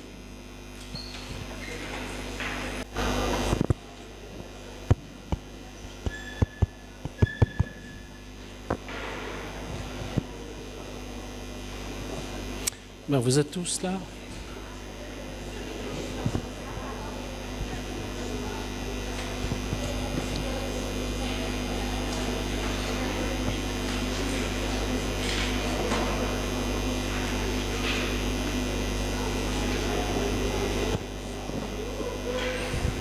Bien, donc l'examen de la cage thoracique,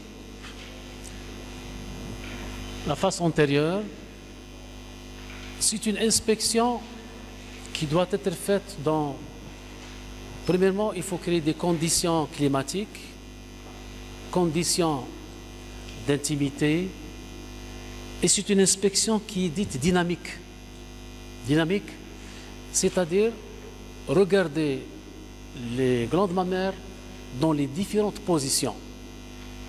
suivez donc tout ce qui est remarque sur que vous voyez sur la peau,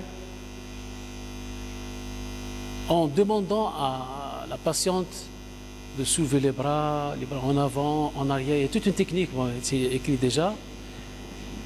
Et notez à chaque fois qu'est-ce qu'il y a comme anomalie. Il y a l'anomalie de la forme. Et n'oubliez pas d'examiner de façon symétrique. Comparez les deux à la fois. Les résultats, vous allez voir donc le volume, la symétrie, le mamelon,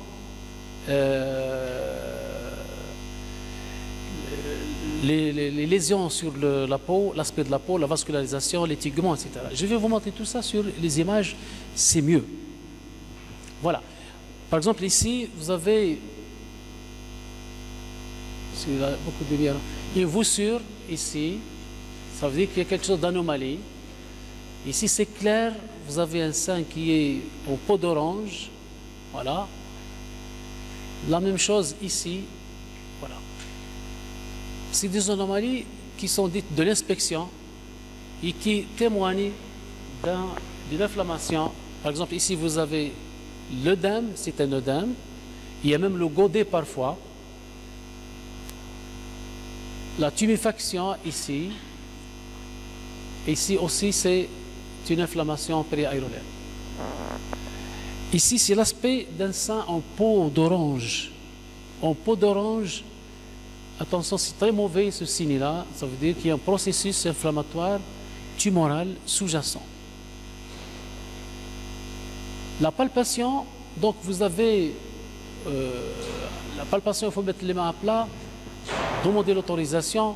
Vous palpez en position debout, position assise, position latérale, etc. Et vous avez donc les résultats suivants. Voilà. Il faut diviser la glande mammaire en cadrans interne, supérieur-interne, supérieur-externe, inférieur-externe et inférieur-interne. 4. Et vous palpez les 4 cadrans. Voilà. Vous mettez la main à plat et vous cherchez au doigt, à la palpation, les anomalies. De préférence symétrique, la droite et la gauche en même temps pour faire de la comparaison. Voilà, par exemple ici, la palpation bimanuelle. Voilà. En même temps, il faut regarder s'il n'y a pas un écoulement mammaire. Est-ce qu'il y a une douleur ou non? La main surélevée, voilà, la prolongation axillaire, la main va chercher les adénopathies. On a dit inflammation de la glande mammaire plus adénopathie à côté. C'est malin jusqu'à preuve du contraire. Il y a des infections virales, bactériennes qui peuvent donner des ganglions. On est d'accord. Mais s'il n'y a pas de fièvre, si c'est chronique, si le ganglion n'est pas douloureux, s'il s'agit d'un bouton ancien, peut-être c'est malin. Si c'est chaud, douloureux à la palpation, ça veut dire infectieux, c'est récent. Même chose, palpation de la lésion ganglionnaire axillaire. Voilà.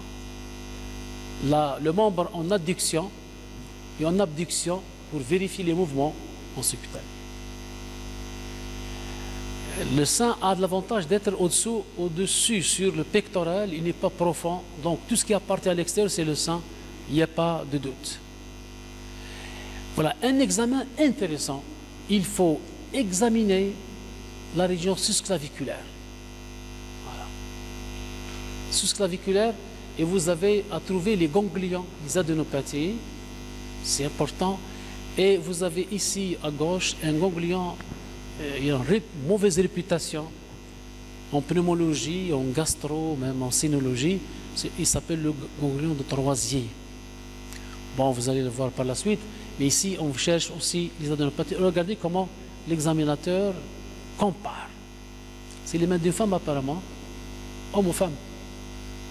Femme. Examinatrice ou examinateur? Femme? Les deux. Bon, l'examiné c'est une femme, mais l'examinateur c'est une femme apparemment. Oui. Voici comment on examine aussi. On va comprimer donc le sein contre la cage thoracique, on essaie de chercher s'il n'y a pas de masse. Voilà, on peut même faire bouger la main comme ça, de l'extérieur, en passant par le mamelon, de façon comparative. On peut comprimer le mamelon comme ça, on le comprime pour essayer de trouver un écoulement. Un écoulement il peut être blanchâtre, sidulé, rouge, lactescent, sanguinolent, donc l'hémorragie, etc. Ici, c'est une masse, attention, rétro, plutôt c'est la silicone, c'est l'esthétique. Voilà. Donc la palpation mammaire, c'est les 3 doigts, etc., 3 niveaux. L'aéro, n'oubliez pas, les ganglions, il faut les chercher, parce qu'un ganglion présent, et c'est à exploiter, on peut aller directement vers le ganglion, le piquer, chercher, trouver l'anomalie. Voici donc les positions de l'examen. Voilà, ça c'est résumé, la palpation axillaire. Alors les cancers, attention, se développent sous forme de nodules, uniques, parfois multiples, limités ou non, mobiles ou non, inspectés, contralatérales. Donc vous comparez, donc toutes les masses que vous trouvez, ce sont des masses suspectes jusqu'à preuve du contraire. Il ne faut pas alarmer la patiente parce que nous avons devant nous l'histologie qui va trancher. Il y a l'histologie. On fait soit, vous allez voir, une ponction, soit une biopsie, soit exérèse. Les adénopathies axillaires, oui, au-delà de 1 cm, ça nous inquiète. 1 cm de diamètre, la région axillaire. L'écoulement mammelonnaire, unilatéral, sérosanglant à explorer, okay, verdâtre, etc. Donc on peut l'avoir bilatéral. Un mamelon qui coule est un mamelon qui est un sein, qui cache un sein qui est malade. Il faut profiter de prélever et d'envoyer en bactériologie. C'est important, la bactériologie, parfois il y a des germes, et parfois la cytobactériologie. Bien. En attendant de voir l'examen général de la patiente, hépatomégalie, c'est métastase, primitive ou secondaire. Douloureuse, c'est pas bien. Pulmonaire, l'épanchement pleural, l'os, la douleur costale. Attention, les douleurs costales, ça veut dire que, attention, le néo du sein est un néo qui est métastase au niveau de l'os. Il s'appelle ostéophile. Il aime l'os. Les examens complémentaires, on va voir classiques de l'échographie, mammographie, etc., ponction cytologie, jusqu'aux explorations les plus sophistiquées. Autopalpation, oui.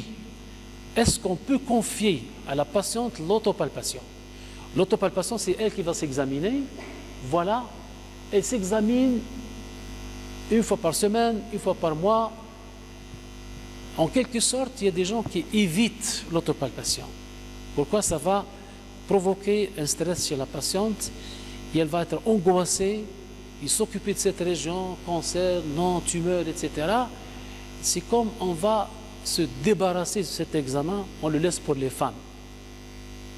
Et c'est pas bien, parce que le niveau culturel, instructif des femmes diffère d'une femme à une autre. Des femmes qui se négligent, des femmes qui se contrôlent de façon excessive jusqu'à devenir malades, etc.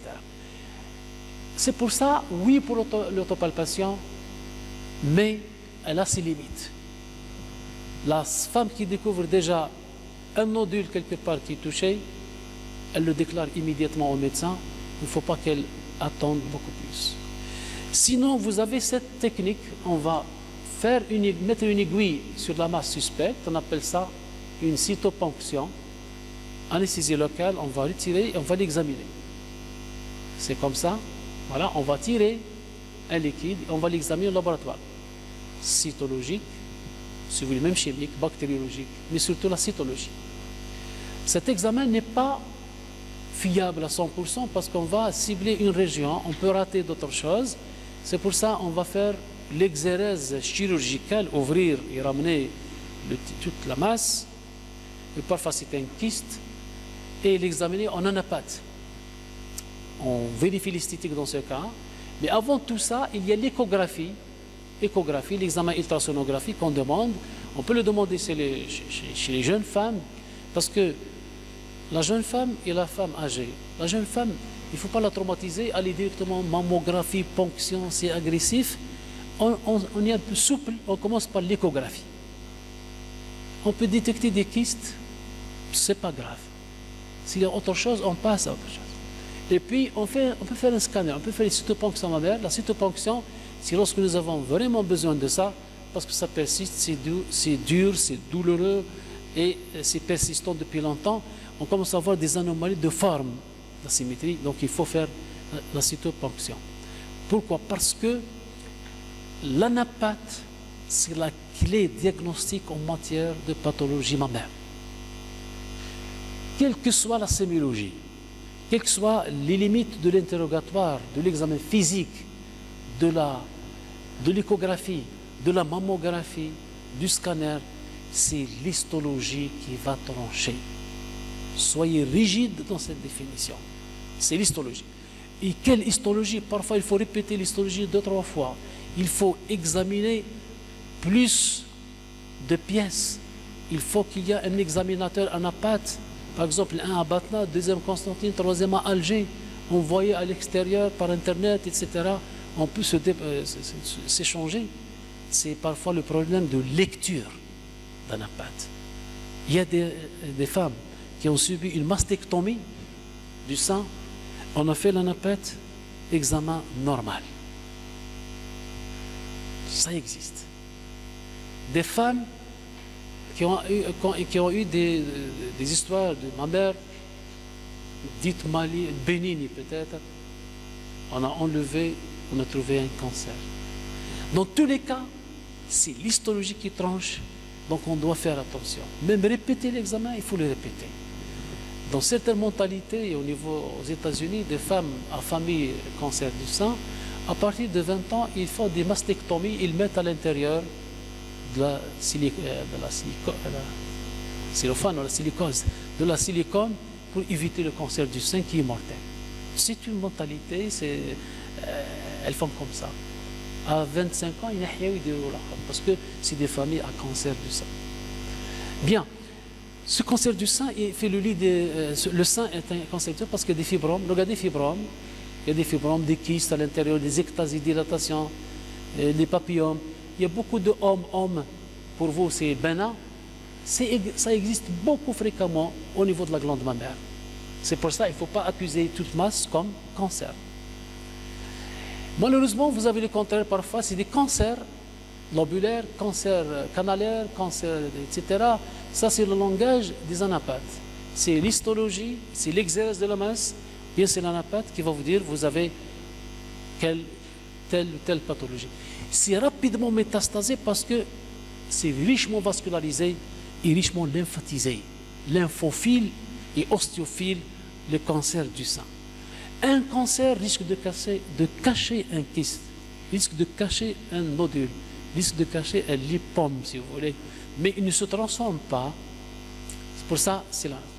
Donc cette anomalie de la palpation, nodule, les seins denses, banales, etc., avant 30 ans, galactorée.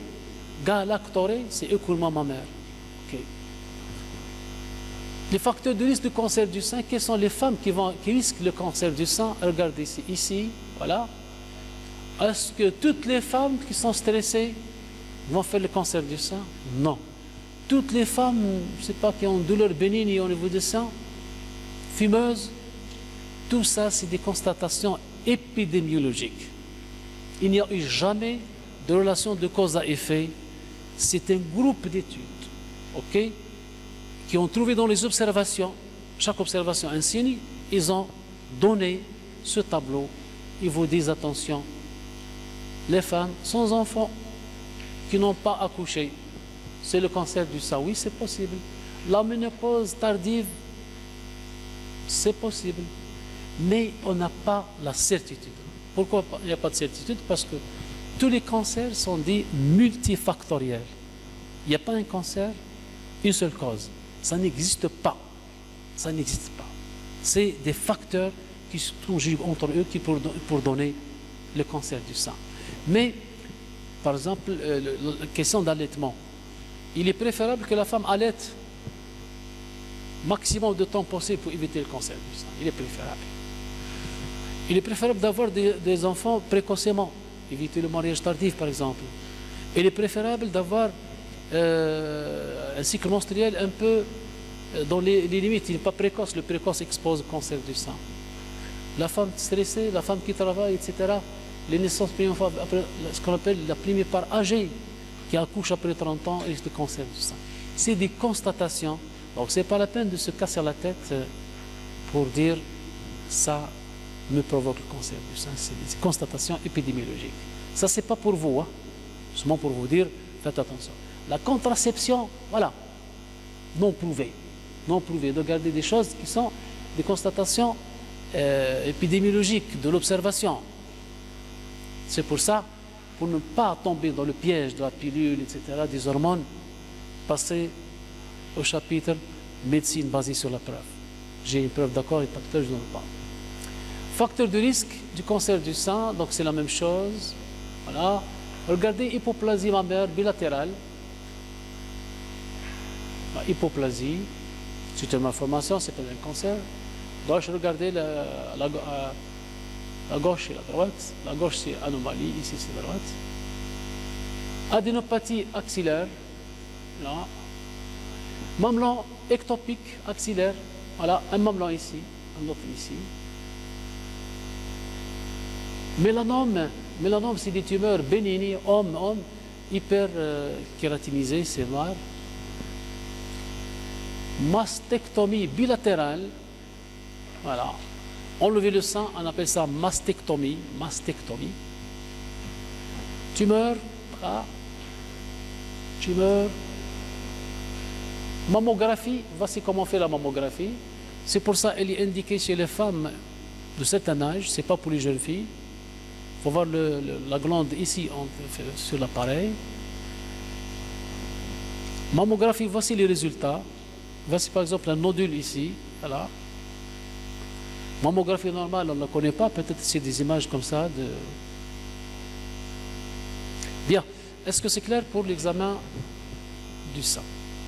Alors, ce qu'il est demandé dans ce chapitre, c'est de bien connaître comment faire l'interrogatoire, l'inspection, palpation. Ne sortez pas du cadre sémiologique. Interrogatoire, inspection, palpation. Toutes les images, tout ce qui est pathologique, c'est pour enrichir votre culture. Fahmtou? Inspection, palpation, interrogatoire. Interrogatoire, inspection, palpation. Ça va? Ça fait peur comme question? Donc la sénologie, c'est ça.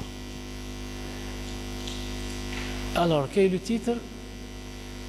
Voilà, des anomalies qu'on rencontre en matière de gonades, les anomalies de gonades, ce qu'on appelle l'hirsutisme. Hirsutisme, c'est de l'inspection, c'est le premier cours de sémiologie, de dermatologie. Vous avez fait sémiologie de la peau, voilà ça. Vous avez vu ce qu'on appelle les fanères. Les fanères, parmi les fanères, vous avez les poils. Hirsutisme, développement excessif de pilosité chez la femme, dans des régions normalement absentes. Ok? Différence avec hypertrichose. Hypertrichose, c'est là où vous avez les poils qui poussent en excès, hypertrichose. Mais hirsutisme, par exemple, moustache, barbe chez la femme, c'est pas normal. C'est caractère masculin. Donc c'est chez l'homme. Bilan de durée, il faut tester. Donc la femme qui a le moustache, donc le côté androgène masculin qui domine. Donc vous avez les hormones, la testostérone qu'il faut chercher, peut-être c'est ça, l'échographie pelvienne, etc. Parfois, c'est un caractère paranéoplasique, des tumeurs, par exemple, au niveau de l'ovaire, caractère masculin. Beaucoup de testostérone, la femme fait des moustaches. C'est pour ça qu'on parle de tumeur pelvienne. Tumeur hépatique, des tumeurs à caractère, ce qu'on appelle le syndrome paranéoplasique. Toutes les tumeurs, ou bien presque la plupart, risquent d'avoir le caractère hormonal, qui sécrète une hormone. Par exemple, une tumeur vésicale qui sécrète les catécholamines. Vous avez tachycardie, palpitation, HTA à cause d'une tumeur vésicale parce qu'elle contient des cellules qui sécrètent les catécholamines. Vous avez par exemple une tumeur dans l'estomac et vous avez le tableau d'hyperthyroïdie. Cette tumeur gastrique à caractère hormonal sécrète beaucoup d'hormones thyroïdiennes, T3, T4, et même TSH. On appelle ça en matière de cancérologie les syndromes paranéoplasiques. La néoplasie, c'est la compression, c'est la vascularisation, c'est le refoulement, c'est les métastases. Et puis, le caractère d'activité hormonale de beaucoup de tumeurs. Beaucoup de tumeurs. C'est pour ça le médecin essaie de chercher ce qu'on appelle le tableau clinique. Un cancer du sein, vous avez le tableau d'hyperparathyroïdie. Peut-être le sein, siège de cellules parathyroïdes qui sécrètent beaucoup de PTH. Donc, caractère paranéoplasique. Même chose pour l'hirsutisme. Étiologie, l'ovaire, voilà, surrénal, idiopathique parfois, médicaments. Quels sont les médicaments qui donnent les moustaches chez la femme? Surtout les corticoïdes, les oestrogènes, les androgènes. Pourquoi? Vous avez l'effet contraire. Vous n'avez pas fait la sémiologie gastrique. Cancer du foie, par exemple, il masculinise la femme. Il lui fait une atrophie mammaire et le cancer du foie chez l'homme, il lui donne une gynécomastie.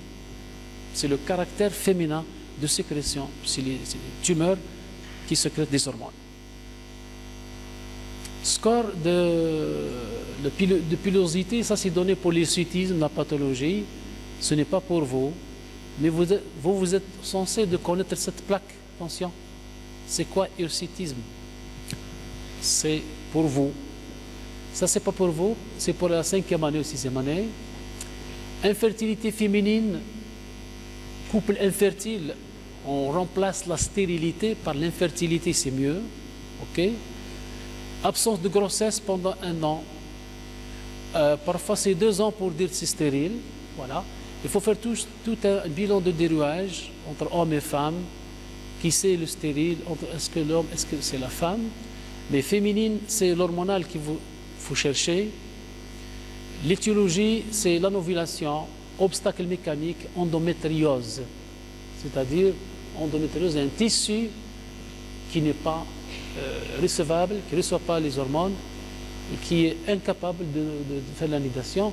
Donc, toute infertilité féminine, on doit enquêter sur l'axe hypothalamo-hypophysaire gonadique, et les étiologies sont 3 presque.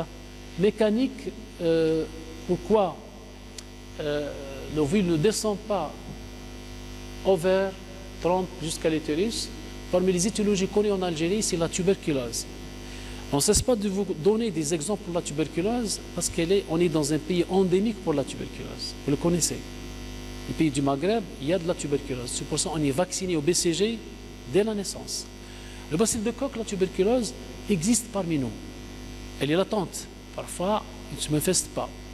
Et dans l'appareil génital, là, le BK, il est dans l'ovaire, il descend dans la trempe de Fallope jusqu'à l'utérus. Il est dans le rein, il descend le rein, les tiges calicielles, bassinées, urtères, vessie, prostate jusqu'au testicule. Le caractère de la tuberculose, c'est quoi? Il donne 3 choses. Vous n'avez pas fait la tuberculose, jamais, non? On vous a parlé du BK. Vous connaissez BK, bacille de Koch.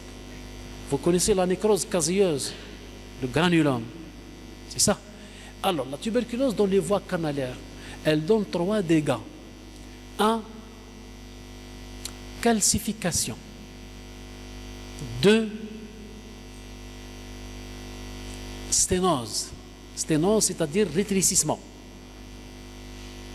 3, fistule. Vous mettez comme ça. La tuberculose, 3 caractères. Calcification. C'est-à-dire le tissu touché par BK, il se calcifie. C'est le ganglion, c'est le granulome tuberculoïde avec nécrose caseilleuse flanapate, c'est ça? Qui va se calcifier. Deuxièmement, il donne des sténoses des canaux. S'il touche le tube digestif, c'est sténose, par exemple, intestinale. S'il touche l'œsophage, sténose de l'œsophage. Ici, il va sténoser la trompe. Sténose étagée, l'urtère. Il va donner de la fistule. Ah, le terme fistule, F-I, fistule, c'est-à-dire communiquer avec un autre organe de voisinage. c'est-à-dire la trompe de Fallope, risque de fistuliser avec le voisinage qui est peut-être l'urtère, peut-être le péritoine, etc. Alors, ce caractère, qu'est-ce qu'il donne ici? Il donne obstruction tubulaire ou utérine, ou bien dans la trompe. Et vous risquez d'avoir deux choses. Soit une grossesse extra-utérine, et migration, soit échec de la grossesse, c'est les avortements. Donc les avortements chez nous en Algérie, on discute en premier lieu la tuberculose urogénitale, dite urogénitale parce que le BK circule entre les deux. Le bacille de Koch, il aime les poumons, localisation pulmonaire, dans les sommets, il aime beaucoup l'air, l'oxygénation, la vascularisation. قريتوا عليه البكا هكا؟ Non? Germe? Non?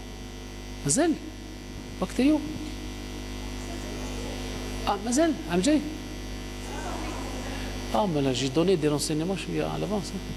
Bacille de Koch, شوفوا عليه، il aime toujours l'air. يشتي يتبحر على الهواء. La vascularisation et les sommets. Et dans les poumons, il descend en bas vers le rein et l'utérus pendant un voyage qui dure 20 ans, à 25 ans. Ok, la patiente oublie, ou le patient oublie qu'il avait la tuberculose, en bas, elle se réveille avec un problème bas situé. Donc, calcification, sténose et fistule, c'est ça les dégâts laissés par ce bacille de Koch, ce germe, que vous devez connaître en extrême urgence. Tout ce qui est tuberculose, il faut le connaître. De l'histoire de la tuberculose jusqu'aux dernières localisations de la tuberculose, traitement médical, etc. Aménorrhée secondaire, donc c'est ça, c'est la grossesse. Voilà. Voilà. Elle peut être secondaire à autre chose, mais va explorer les anomalies, les gonades, l'ovulation, l'insuffisance ovulatoire et l'anomalie utérine. C'est-à-dire une femme qui avait des cycles réguliers et puis qui a fait ce qu'on appelle une aménorrhée secondaire. Ici, c'est un trouble de maturation chez la femme. Un pubérisme ou un aménorrhée primaire, c'est ça, c'est un retard de puberté, voilà, à 14 ans presque. L'aménorrhée primaire, absence de règles à 16 ans. Donc il faut enquêter sur les axes gonadotropes. Absence de cycle, pas de développement des organes externes. Donc on va parler de l'aménorrhée dite primaire. C'est une anomalie, voilà, donc des gonades. Galactorrhée, c'est beaucoup de lait liquide au niveau du mamelon, à distance du postpartum uni ou bilatéral, c'est-à-dire ce n'est pas une femme qui a accouché, ni qui a avorté, et qui fait un écoulement mammaire, c'est du lait. On se méfie de l'écoulement qui n'est pas lait, autre chose. Ça veut dire qu'il y a un cancer. Cette galactorrhée, lorsqu'il s'agit du lait lactation mamelon, elle est hormonale, c'est un problème connu par l'insuffisance sécrétoire, c'est la même chose comme les os thyroïdiens, les os urinariens, voilà.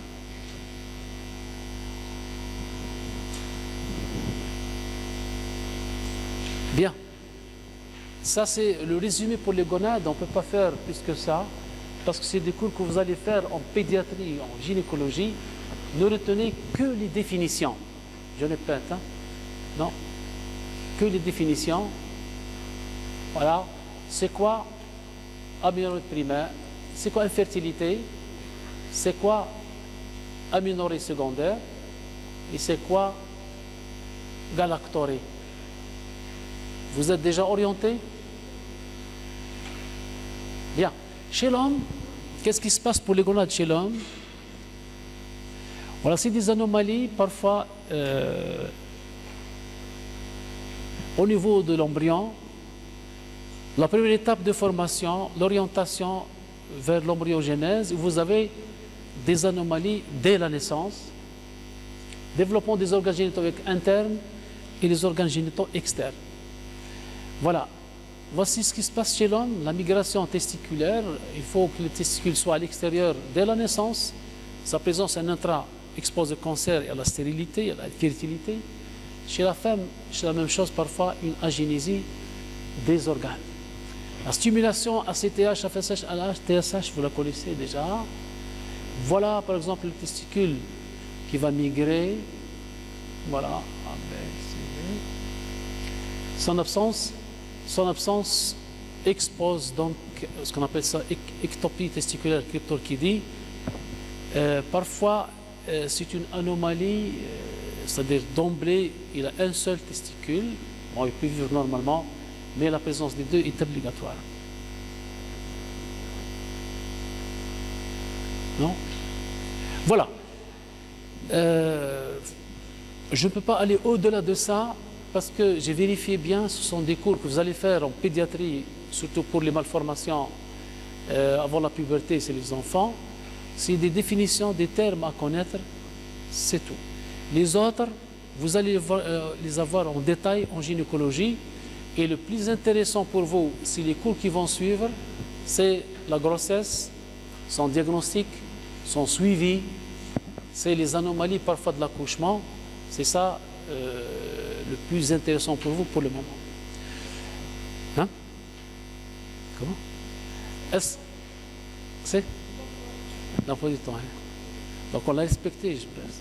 Bien, est-ce que vous avez des questions sur tout ce qu'on a fait? C'est beaucoup, c'est peu, vous trouvez que c'est... Pourquoi? Parce que nous avons l'habitude d'enseigner ce module, cette partie, en dernier, c'est-à-dire dernier module dans l'année, après avoir étudié bien la gastro, la neuro, la néphro, les pathos, et puis c'est des examens qu'on fait en dernier parce que vous avez vu qu'on a besoin de rappeler les atteintes digestives, orthopédiques, rhumatologiques, etc. Mais Marie, c'est pas grave. À chaque fois, on doit vous racheter, on doit se racheter plutôt, et on doit rappeler et travailler dans l'anatomie et la physiologie pour bien faire son cours. Alors, ce qui est indispensable à connaître pour moi, je parle de moi-même. Alors, je vous interroge sur tout ce qui est sémiologique, c'est-à-dire, il relève de l'interrogatoire, de l'inspection, de la palpation. Ici, il y a encore l'auscultation. Ok, je ne sors pas de ce cadre. Donc, il ne faut pas aller apprendre par cœur, etc. Peut-être les parties de physiologie sont là avec l'anatomie parce qu'il nous a été demandé de les reprendre. Je ne sais pas pourquoi, mais on vous interrogera sur. Je parle moi-même. Je ne dis pas nous parce que les autres, mais à la beriche. Moi, personnellement, c'est l'interrogatoire. Dans chaque cours que vous allez voir, l'interrogatoire, l'inspection, palpation, percussion, auscultation. C'est-à-dire des signes fonctionnels et signes physiques. Je ne sors pas de ce cadre parce que c'est ça la sémiologie. Je ne sais pas vous dire, la napate, ou la radio, la mammographie, ce n'est pas mon domaine. Ok? En même temps, la définition, vous la gardez toujours parce que c'est indispensable. Ce n'est pas la peine d'apprendre par cœur. Il faut connaître les choses et comprendre ce qu'il y a. Est-ce qu'il y a des questions? Non? Des questions, des remarques? Est-ce que je dois changer de tactique pour les prochains cours? Peut-être que je dois m'asseoir sur chaise là-bas, c'est mieux d'être ici. Non? Là, je rentre dans les rangées beaucoup plus. Là? Agda?